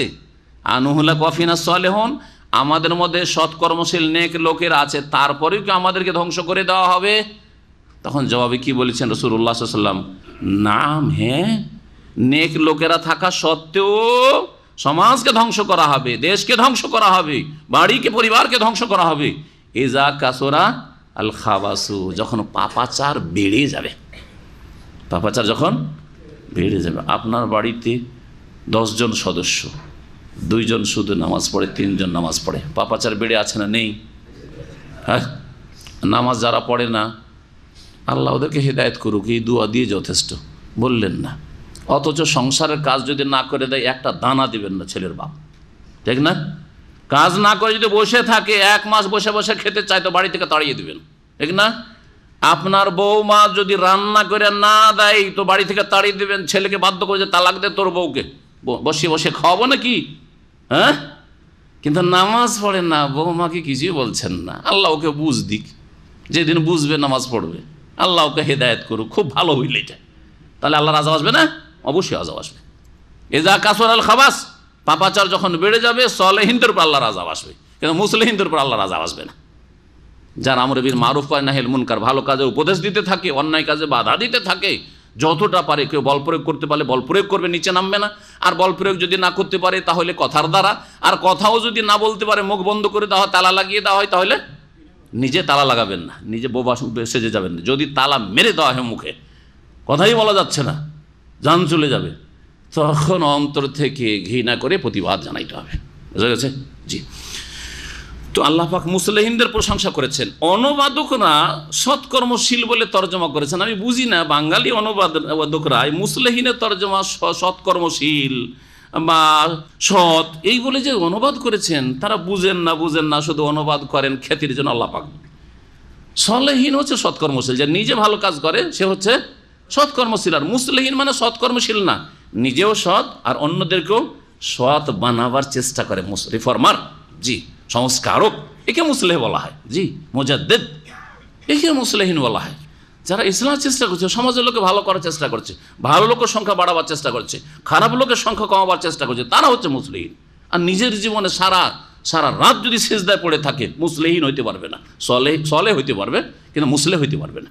আল্লাহ পাক রব্বুল তারপরে বলছেন, ওয়াইজ নাতাকনাল জাবালা ফাওকাহুম কান্নাহু যুল্লাহ, স্মরণ করো যখন পাহাড়কে আমি তাদের ওপর উঠিয়ে ধরলাম। আল্লাহ পাক রব্বুল পাহাড়কে উঠিয়ে ধরলেন। এই আয়াতে কোন পাহাড় সেটা ছিল? ফাওকাহুম, তাদের ওপর। কার আলোচনা চলছে?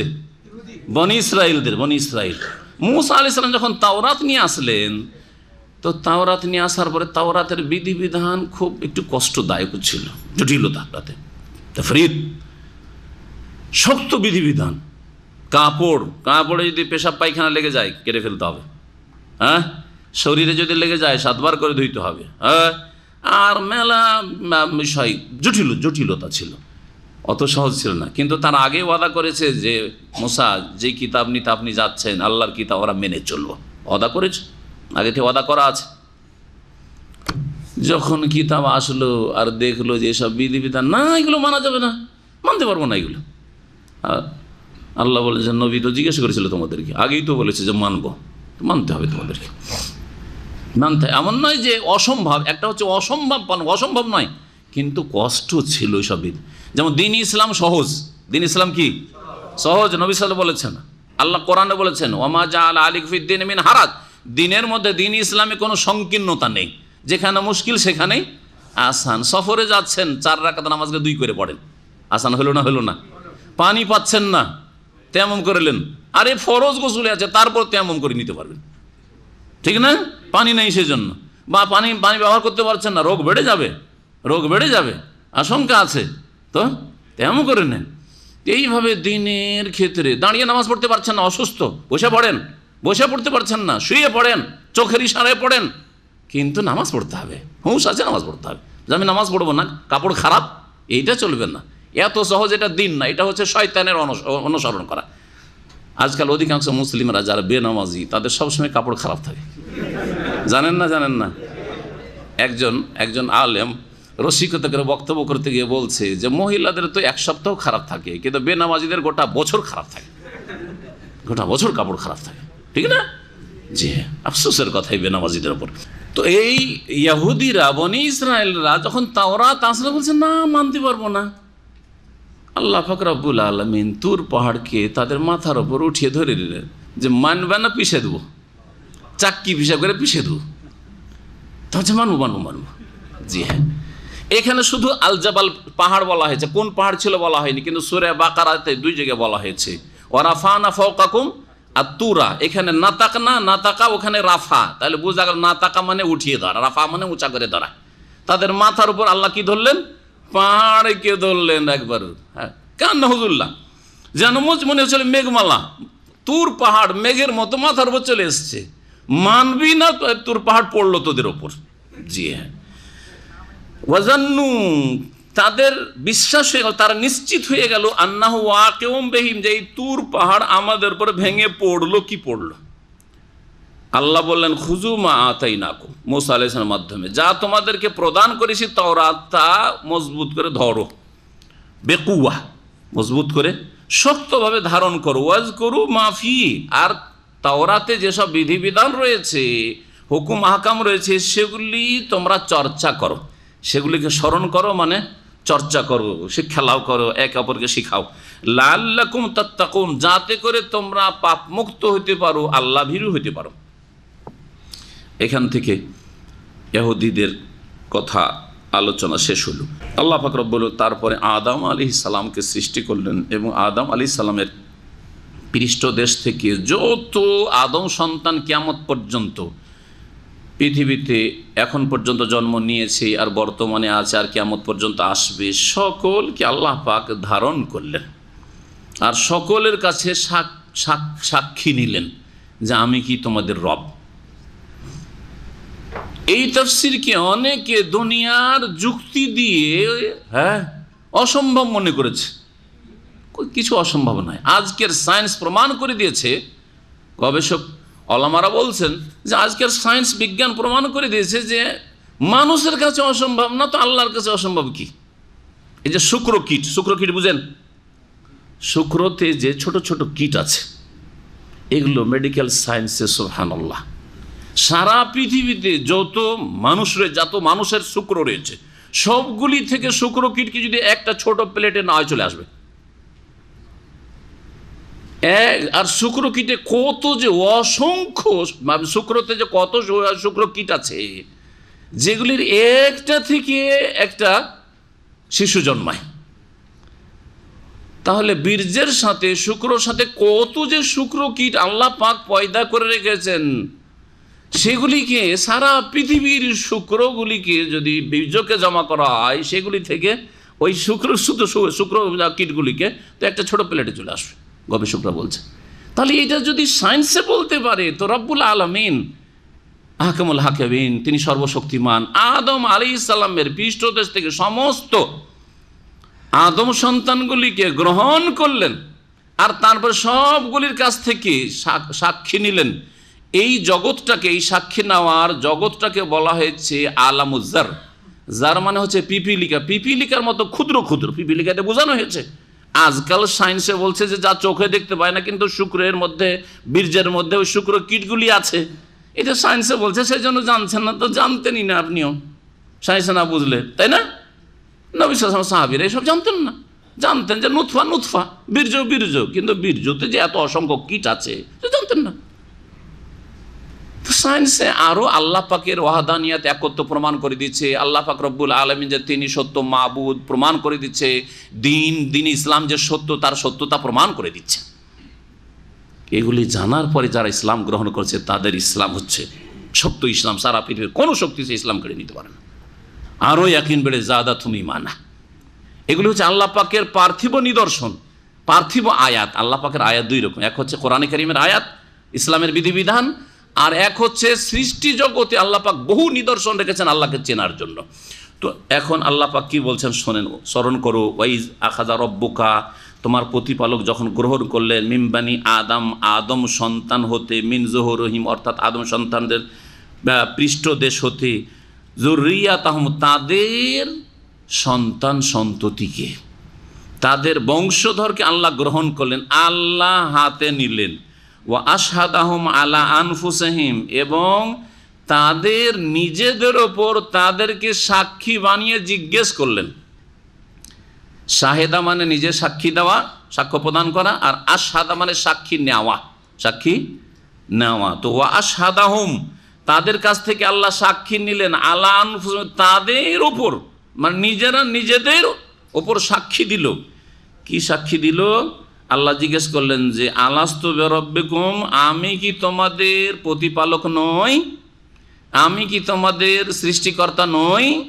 রব, রবের অর্থে অনেক ব্যাপকতা রয়েছে। যিনি প্রতিপালন করেন, তাতে সৃষ্টিও সামিল। সৃষ্টির পরে ধীরে ধীরে ধীরে ধীরে যে আমরা বড় হয়েছি, সমস্ত স্তর পার করে এসেছি, এবং আমাদের যে সব উপজীবিকা রিজিক এসেছে, সবগুলিকে সামিল রব শব্দটি।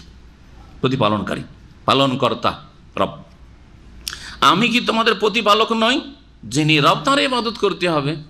যখন সাক্ষী চাইলেন আল্লাহ পাক, কালু, তখন তারা সকলে, আদম সন্তান সকলে সেই পিপিলিকার জগতে, ক্ষুদ্র পিপিলিকার মতো যখন ছিল, তাদেরকে জিজ্ঞেস করেছিল আল্লাহ পাক রব্বুল আলামিন। তারা বলেছে বালা, হ্যাঁ অবশ্যই, হ্যাঁ অবশ্যই আপনি আমাদের রব। শাহেদ না, আমরা সাক্ষ্য প্রদান করলাম। কি বলেছিল তারা? শাহেদ না, আমরা সাক্ষ্য প্রদান করলাম। কেন আল্লাহ পাক এই সাক্ষী নিলেন তাদের কাছ থেকে? আল্লাহ বলছেন আনতাকুলু ইয়াউমাল কিয়ামা, এখানে রয়েছে লে আল্লাহ তাকুলু, উজ্জ আছে,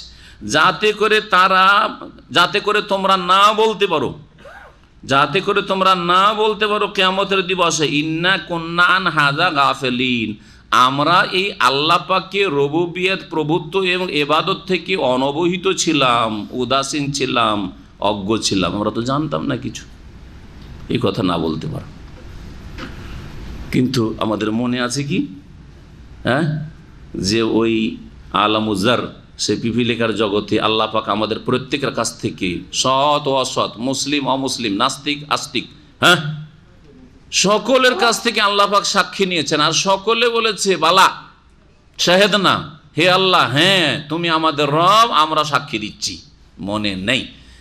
এই যে মনে নেই, যদি মনে না থাকে তো আল্লাহ বলছেন স্মরণ করিয়ে দাও, ওয়াযাক্কির ফাইন্না যিকরা তানফাউল মুমিনিন, স্মরণ করিয়ে দাও, স্মরণ করালে যারা বিশ্বাসী তাদের উপকার হয়। তো স্মরণ আল্লাহ করিয়ে দিয়েছেন না করিয়ে দেননি? স্মরণ করিয়ে দেওয়ার জন্য আল্লাহ পাক অসংখ্য নবী রসুল পাঠিয়েছেন না পাঠান নাই? প্রত্যেক জাতিতে আল্লাহ নবী রসুল পাঠিয়েছেন, তারা রিমাইন্ড করিয়ে দিয়েছেন, স্মরণ করিয়ে দিয়েছেন। তারপরে এই সাক্ষীটিকে হাদিসের ভাষায় বলা হয়েছে ইসলামী ফিতরত। ফিতরত কি বলা হয়েছে এটাকে? হাদিসটা শোনাই তাহলে। প্রিয় নবী মুহাম্মদ রাসূলুল্লাহ সাল্লাল্লাহু আলাইহি ওয়াসাল্লাম বলছেন, কুল্লু মাউলুদিন ইউলাদু আলাল ফিতরা, প্রত্যেক শিশু জন্ম নেই কিসের ওপর? তার প্রকৃতির ওপর, ইসলাম তৌহিদের প্রকৃতির ওপর। আল্লাহর সাথে পরিচিতি তার আছে, আল্লাহকে জানে, মানে, বিশ্বাস করে, এই নেচারের ওপর সে পয়দা হয়। কুল্লু মাউলুদিন ইউলাদু আলাল ফিতরা। তো মানুষ যখন জন্মায়, যে কোনো মানুষ জন্মেছে, যে কোনো পরিবারে জন্মেছে, কিসের উপর জন্মায়? ফিতরাতে, ইসলামের ওপর। আল্লাহ আছেন, আমার সৃষ্টিকর্তা আছেন, আমি এমনিতে প্রাকৃতিকভাবে আসিনি। এই যে নাস্তিকরা বলছে যে প্রাকৃতিকভাবে চলে এসেছি, হ্যাঁ সব কিছু ন্যাচারাল, সব ন্যাচারাল, এইটা তাদের প্রকৃতিতে বিকৃতি ঘটার পর, তারা তাদের পারিপার্শ্বিক অবস্থা থেকে প্রভাবিত হওয়ার পর শিরক, বিদাত, কুফরি আর গুমরাহি আর তারপর নাস্তিকতার মাঝে লেখাপড়া করার পরে এই ভাষাগুলি বেরিয়েছে। আজকাল যে শিক্ষিত লোকদের, বুদ্ধিজীবীদের ভাষা, যেসব প্রাকৃতিক দুর্যোগ আর প্রাকৃতিক আবর্তন বিবর্তন, এগুলি কথা তারা খারাপ পরিবেশ পেয়ে, নাস্তিকদের পরিবেশ পেয়ে, ভুল শিক্ষা পেয়ে সেখানে প্রভাবিত হওয়ার পরে গুমরাহির কথাগুলি বেরিয়েছে। কিন্তু যখন ওই নাস্তিক, ও বুদ্ধিজীবীটা, বা ওই কি বলছে ওটাকে, হ্যাঁ বুদ্ধিজীবীটা জন্ম নিয়েছিল, তখন ফিতরাতের উপর জন্ম নিয়েছিল। কুল্লু মাউলুদিন ইউলাদু আলাল ফিতরা। তারপরে নবী বলছেন ফাআবাউ ইউহাউবিদান, তার বাপ মা যদি ইহুদি থাকে, একটু সাবালক হলে তাকে কি করে? ইহুদি বানিয়ে দেয়। ইহুদিদের ধর্মশালাতে নিয়ে যায়, সেখানে ইহুদি বানিয়ে দেয়। আর ইউনাসেরানি, খ্রিস্টান হলে চার্চের গির্জাতে নিয়ে গিয়ে ওখানে তাকে খ্রিস্টান বানিয়ে দেয়। আর ইউমাজ্জেসানি, মজুস, অগ্নিপূজক হলে আগুনের পূজাতে লাগিয়ে দেয় ছেলে মেয়েকে। হিন্দু হলে হিন্দুদের মন্দিরে নাকি হিন্দু বানিয়ে দেয়। হ্যাঁ, যদি বিদাতপন্থী, মাজারপন্থী হয়, মাজারে নাকি মাজার পূজারি বানিয়ে দেয়। বুঝা গেছে? এইভাবে যে নাস্তিক হলে নাস্তিকের বাচ্চাকে নাস্তিক বানিয়ে দেয়, নাস্তিক বানিয়ে দেয়। নাস্তিক শিক্ষক, নাস্তিক প্রফেসর, তার কাছে লেখাপড়া করে ওই ছেলেও গিয়ে, স্টুডেন্ট গিয়ে নাস্তিক হয়ে গেছে।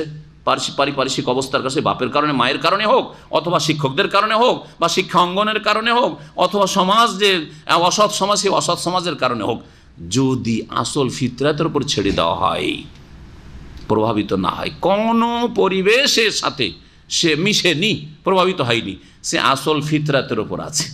আসল ফিতরাত ইসলামের ওপর, তৌহিদের ওপর। ইসলাম মানে ইসলামের মৌলিক বিষয় সবগুলি কথা তো বুঝতে পারবে না। নামাজ পড়তে হবে, এত রাকাত, ওটা কী করে বুঝবে?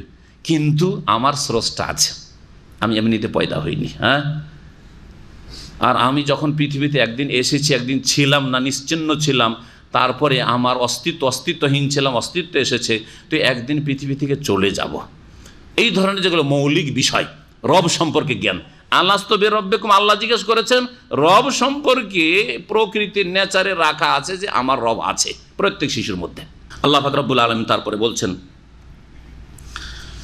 যে যাতে করে তারা না বলে যে ইন্না কুন্না আন হাযা গাফিলিন, আমরা এর থেকে গাফিল ছিলাম কিয়ামতের দিনে।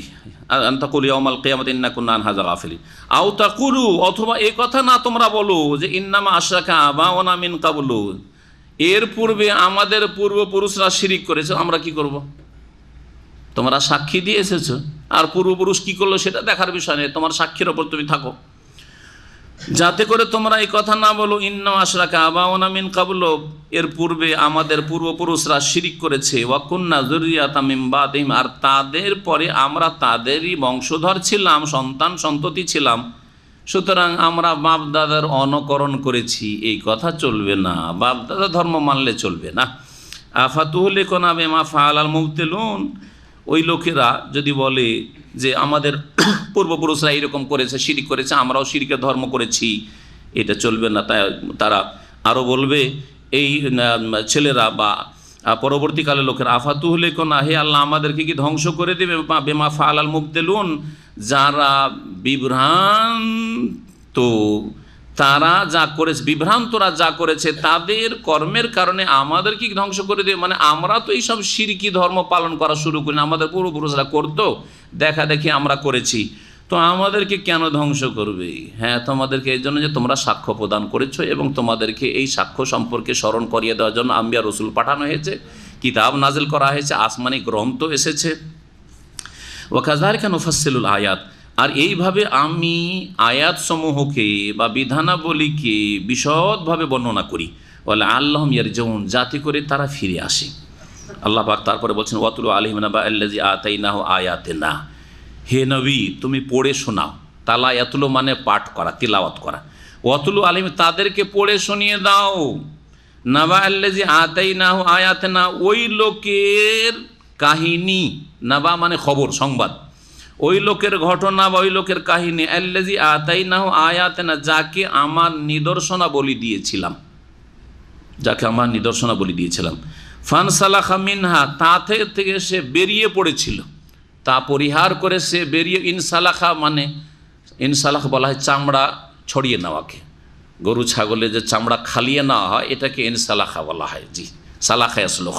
তো ফানসালাখা, ফাইজান সালাখাল আশরুল হরম, হারাম সম্মানিত মাসগুলি যখন চলে যাবে, সূরা তওবায় তোর চলে যাওয়ার অর্থে অতিবাহিত হয়ে যাওয়া সম্পর্কে এই শব্দ উল্লেখিত হয়েছে এখানে। ফানসালাখা মিনহা, সেই আয়াত সমূহ থেকে সে বেরিয়ে পড়েছিল পরিত্যাগ করে। ফাতবাহু শয়তান, শয়তান তখন তার পেছনে লেগে গেছিল, শয়তান তার অনুসরণ করে তার পিছনে লাগলো পথভ্রষ্ট করার জন্য আরও। ফাকানা মিনাল গাওয়িন, সুতরাং সে পথভ্রষ্ট গুমরাহদের অন্তর্ভুক্ত হয়ে। ওয়ালাউ শি'না, যদি আমি চাইতাম, লা রাফা'নাহু বিহা, সেই নিদর্শনাবলী দিয়ে বা আয়াত সমূহ দিয়ে, যে আয়াত সম্পর্কে তার জ্ঞান ছিল, আয়াত সমূহ দিয়ে তাকে সম্মানিত করতাম, উঁচু মর্যাদা দান করতাম, লা রাফা'নাহু বিহা। তাহলে আয়াত প্রমাণ করে যে কোরআনে কারীমের আয়াত দিয়ে আল্লাহ পাক কি করেছেন? বহু জাতিকে সম্মানিত করেছেন। নবী সাল্লাল্লাহু আলাইহি ওয়াসাল্লাম একটি হাদিস, ইন্নাল্লাহ ইয়ারফাউ বিহাযাল কিতাব আকওয়ামান, নিঃসন্দেহে আল্লাহ পাক বহু জাতিকে এই কোরআন দিয়ে কি করেছেন? ইয়ারফাও, ওপরে উঠিয়ে থাকেন, সম্মানিত করেন। এটা গরিবের ছেলে, ফকিরের ছেলে, আজকে বড় একজন আলেম আর শেখ আর কত কি হয়ে গেছে। হ্যাঁ, একজন মেথরের ছেলে, ডোমের ছেলে, জাহান্নামে। দুনিয়া তো ডোম মেথর, পেশাব পায়খানা সাফ করতো, আর জাহান্নামে যে চলে যেত মরে গেলে ওই অবস্থায়। কিন্তু আল্লাহ পাক তাকে কালেমা পড়ে মুসলমান হওয়ার তৌফিক দান করেছেন, আল্লাহ পাক সম্মানিত করে দিয়েছেন সে। হ্যাঁ, এবং আমার মতো সে মুসলিম, আমিও মুসলিম, সমান। ইসলামে এসে সকলে সমান। ইসলামে এসে ছিল শূদ্র, ছিল কি? শূদ্র, ব্রাহ্মণ, ক্ষত্রিয়দের কাছে তার কোনো মর্যাদা ছিল না। মন্দিরের গেটে পর্যন্ত যেতে পারবে না, বোঝা গেছে। কিন্তু ইসলাম গ্রহণ করার পরে মসজিদ এসে, যে কোনো মসজিদে হারামিয়া প্রথম কাতারে বসে আছে, কেউ নিষেধ করবে নাকি? ইসলামে নিষেধ আছে যে তুই ডোমের ছেলে বা তুই ক্লিনার, সেই জন্য প্রথম কাতারে বসতে পারবি না, তুই পিছনে গিয়ে বস। হ্যাঁ, আছে কি? নাই, সকলে সমান। আমির গরিবে কেন, সকলে সমান ইসলামে। জি, এটা হচ্ছে ইসলামের বৈশিষ্ট্য, ইসলামের সৌন্দর্য। যদি আমি চাইতাম তো আয়াতগুলি দিয়ে আমি কি করতাম, তাকে সম্মানিত করতাম।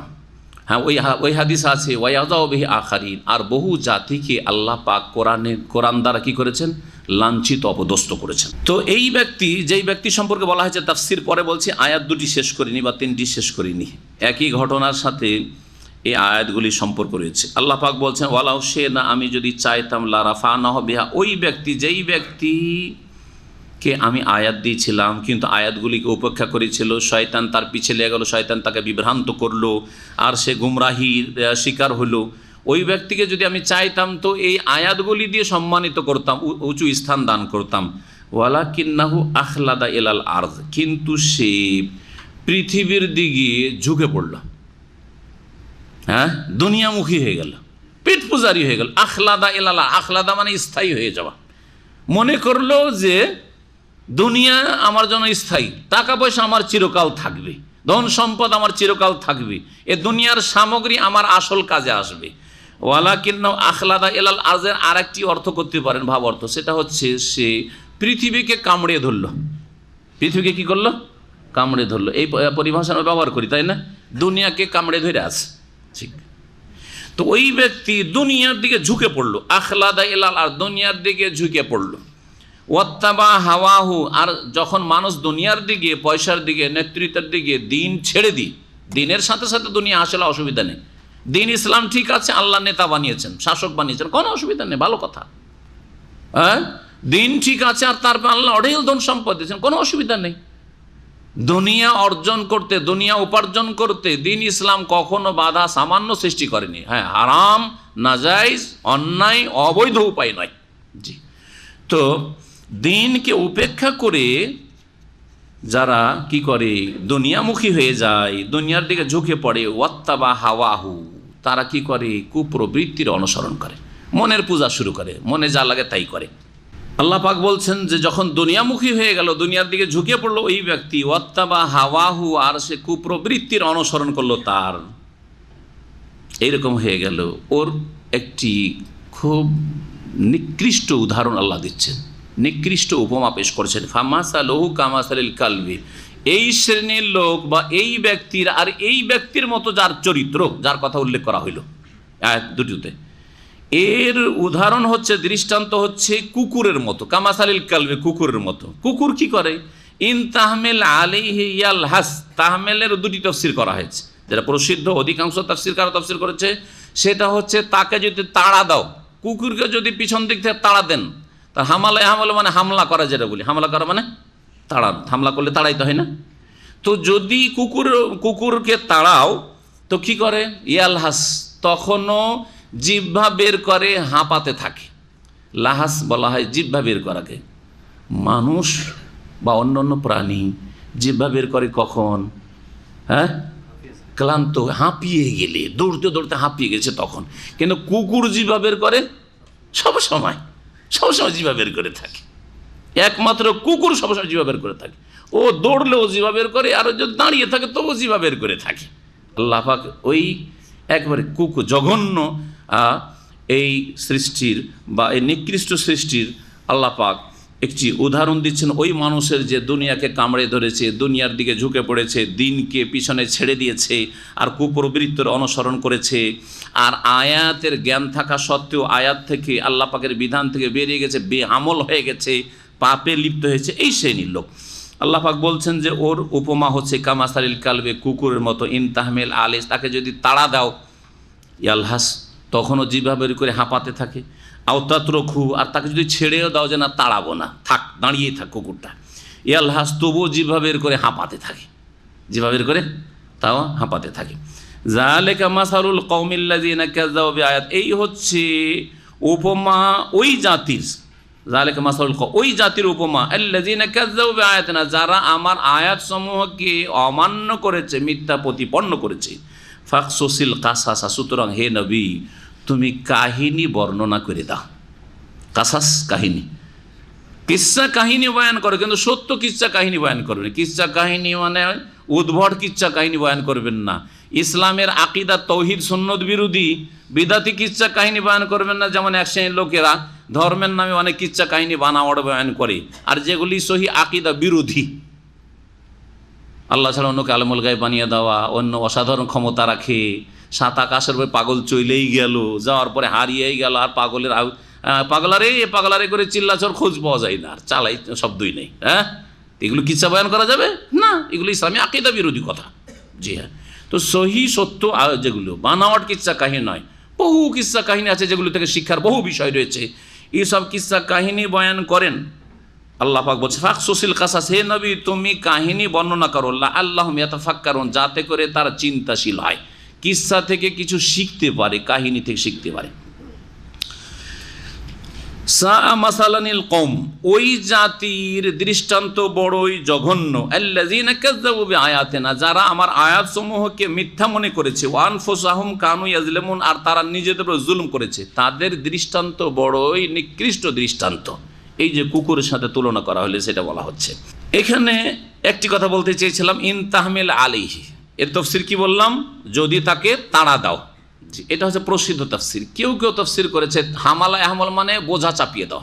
হামালা আহমল মানে কি হয়, বোঝা চাপানো। এখান থেকে আজকাল কুলিকে হাম্মাল বলা হয়, কুলিকে আরবিতে কি বলা হয়। তো ইন তাহমিল আলাইহি, কুকুরের পিঠে যদি কোনো বোঝা চাপাও তবুও কি করবে, ইয়ালহাস জিহ্বা বের করে হাঁপাবে, আও তাতরুকু, আর যদি বোঝা বিহীন ছেড়ে দাও কুকুরকে তবুও জিহ্বা বের করে হাঁপাবে। তাহলে অন্য আরেকটি তাফসীর হলো, কিন্তু এই তাফসীর আরবি তাফসীর এখন পর্যন্ত আমি পাইনি, জানি না এই তাফসীর কতটুকু ঠিক, তবে হতে পারে আরবি ভাষাতে এতটুকু মানে ক্ষমতা আছে যে হামালায় হামাল মানে বোঝা চাপানো হয়, আর হামালায় হামাল মানে তাড়া দেওয়া হয় যে পেছন থেকে। এই আয়াতগুলিতে যেই ব্যক্তির কথা বলা হলো, আল্লাহ কি বললেন, হে নবী তাদেরকে শোনাও ওই ব্যক্তির কাহিনী। এটা কোনো বিশেষ ব্যক্তি ছিল না, যে কোনো ব্যক্তি যার এই রকমের চরিত্র হবে তার সম্পর্কে।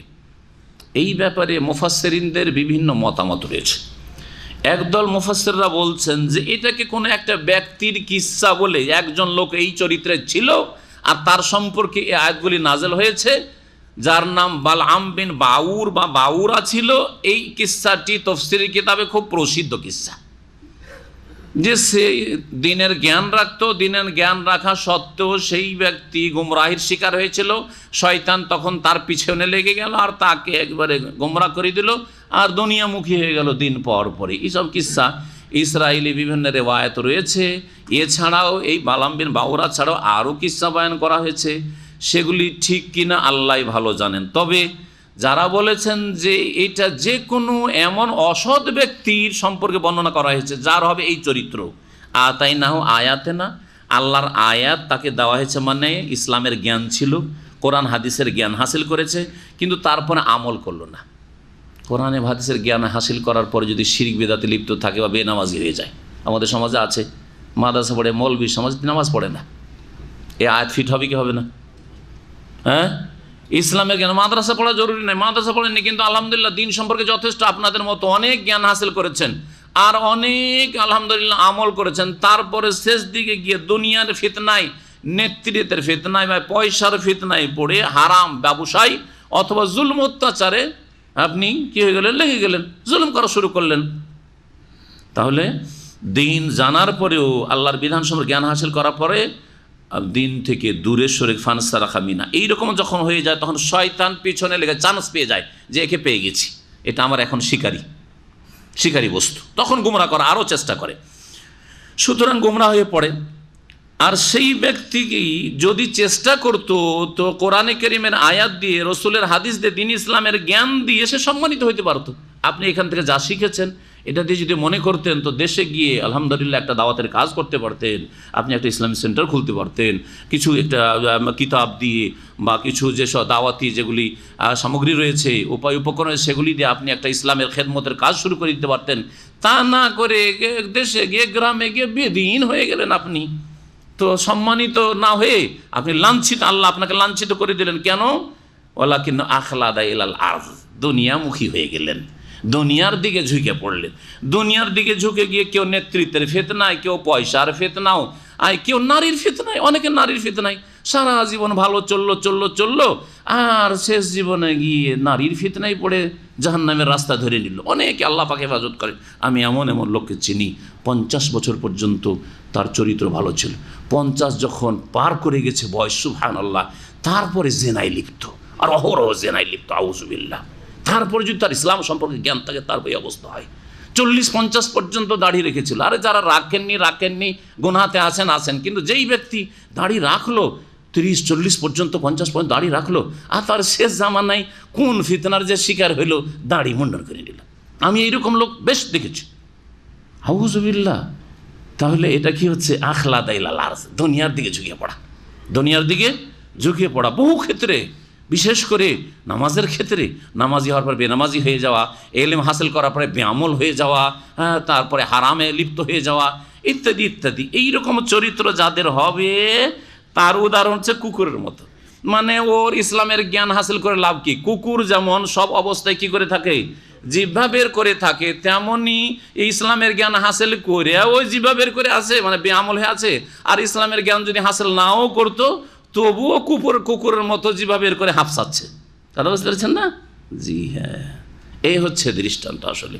মানে এর শিখার না শিখায় কোনো লাভ হইল না, শিখেও যা না শিখেও তা। জি, বেআমল। এবং এর জন্য বেশি শাস্তি রয়েছে। যেই ব্যক্তি ইসলাম সম্পর্কে জ্ঞান হাসিল করলো তারপরে সে বেআমল হয়ে গেল, পাপে লিপ্ত হলো, তার জন্য কঠোর শাস্তি রয়েছে। মান ইয়াহদিল্লাহু ফাহুয়াল মুহতাদি, আল্লাহ যাকে হেদায়েতের তৌফিক দেন সেই ব্যক্তি হেদায়েত প্রাপ্ত হয়।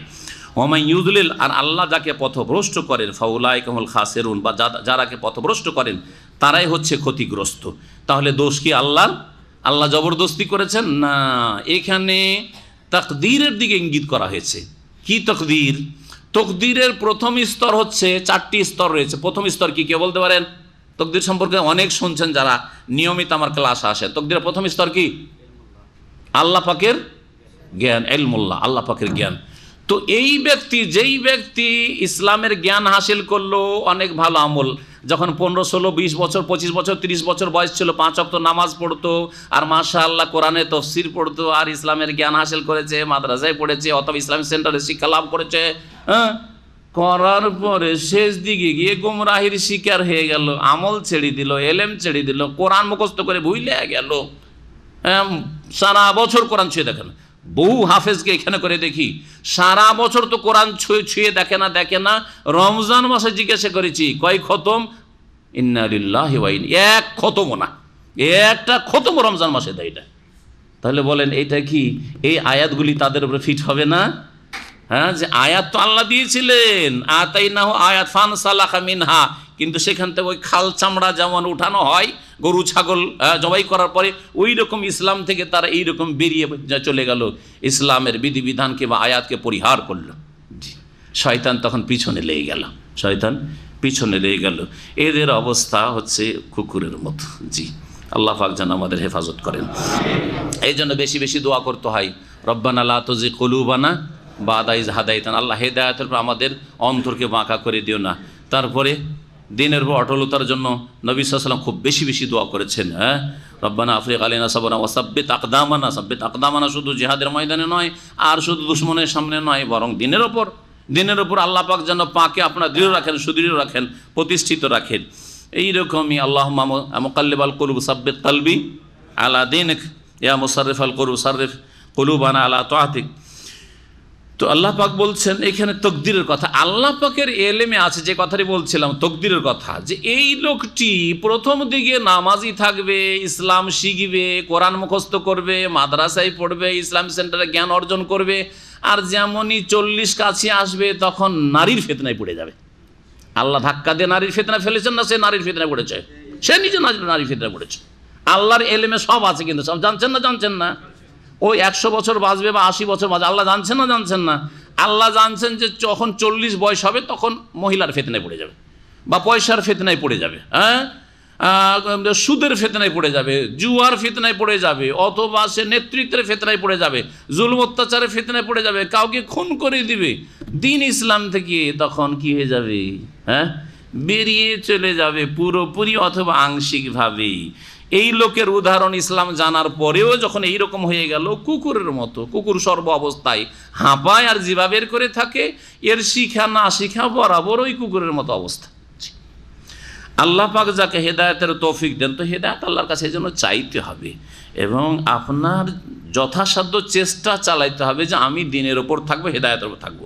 আল্লাহ কখনো ধাক্কা দিয়ে গুমরা করে দেবেন না। ফাউলাইকুমুল খাসিরুন, আপনি এইরকম করবেন, আল্লাহর এলমে রয়েছে তকদিরের প্রথম স্তরে, সেই জন্য এইরকমটা হয়েছে। কিন্তু আল্লাহ জবরদস্তি আপনাকে গুমরা করেন নাই। সেসব কিস্সা যেসব তাফসিরে রয়েছে ওইসব কিস্সা আর শোনাইলাম না। এখানে তাফসির শেষ করছি। ও সাল্লাল্লাহু আলা নবিয়িনা মুহাম্মদ ওয়া আলা আলিহি ওয়া সাহবিহি আজমাইন।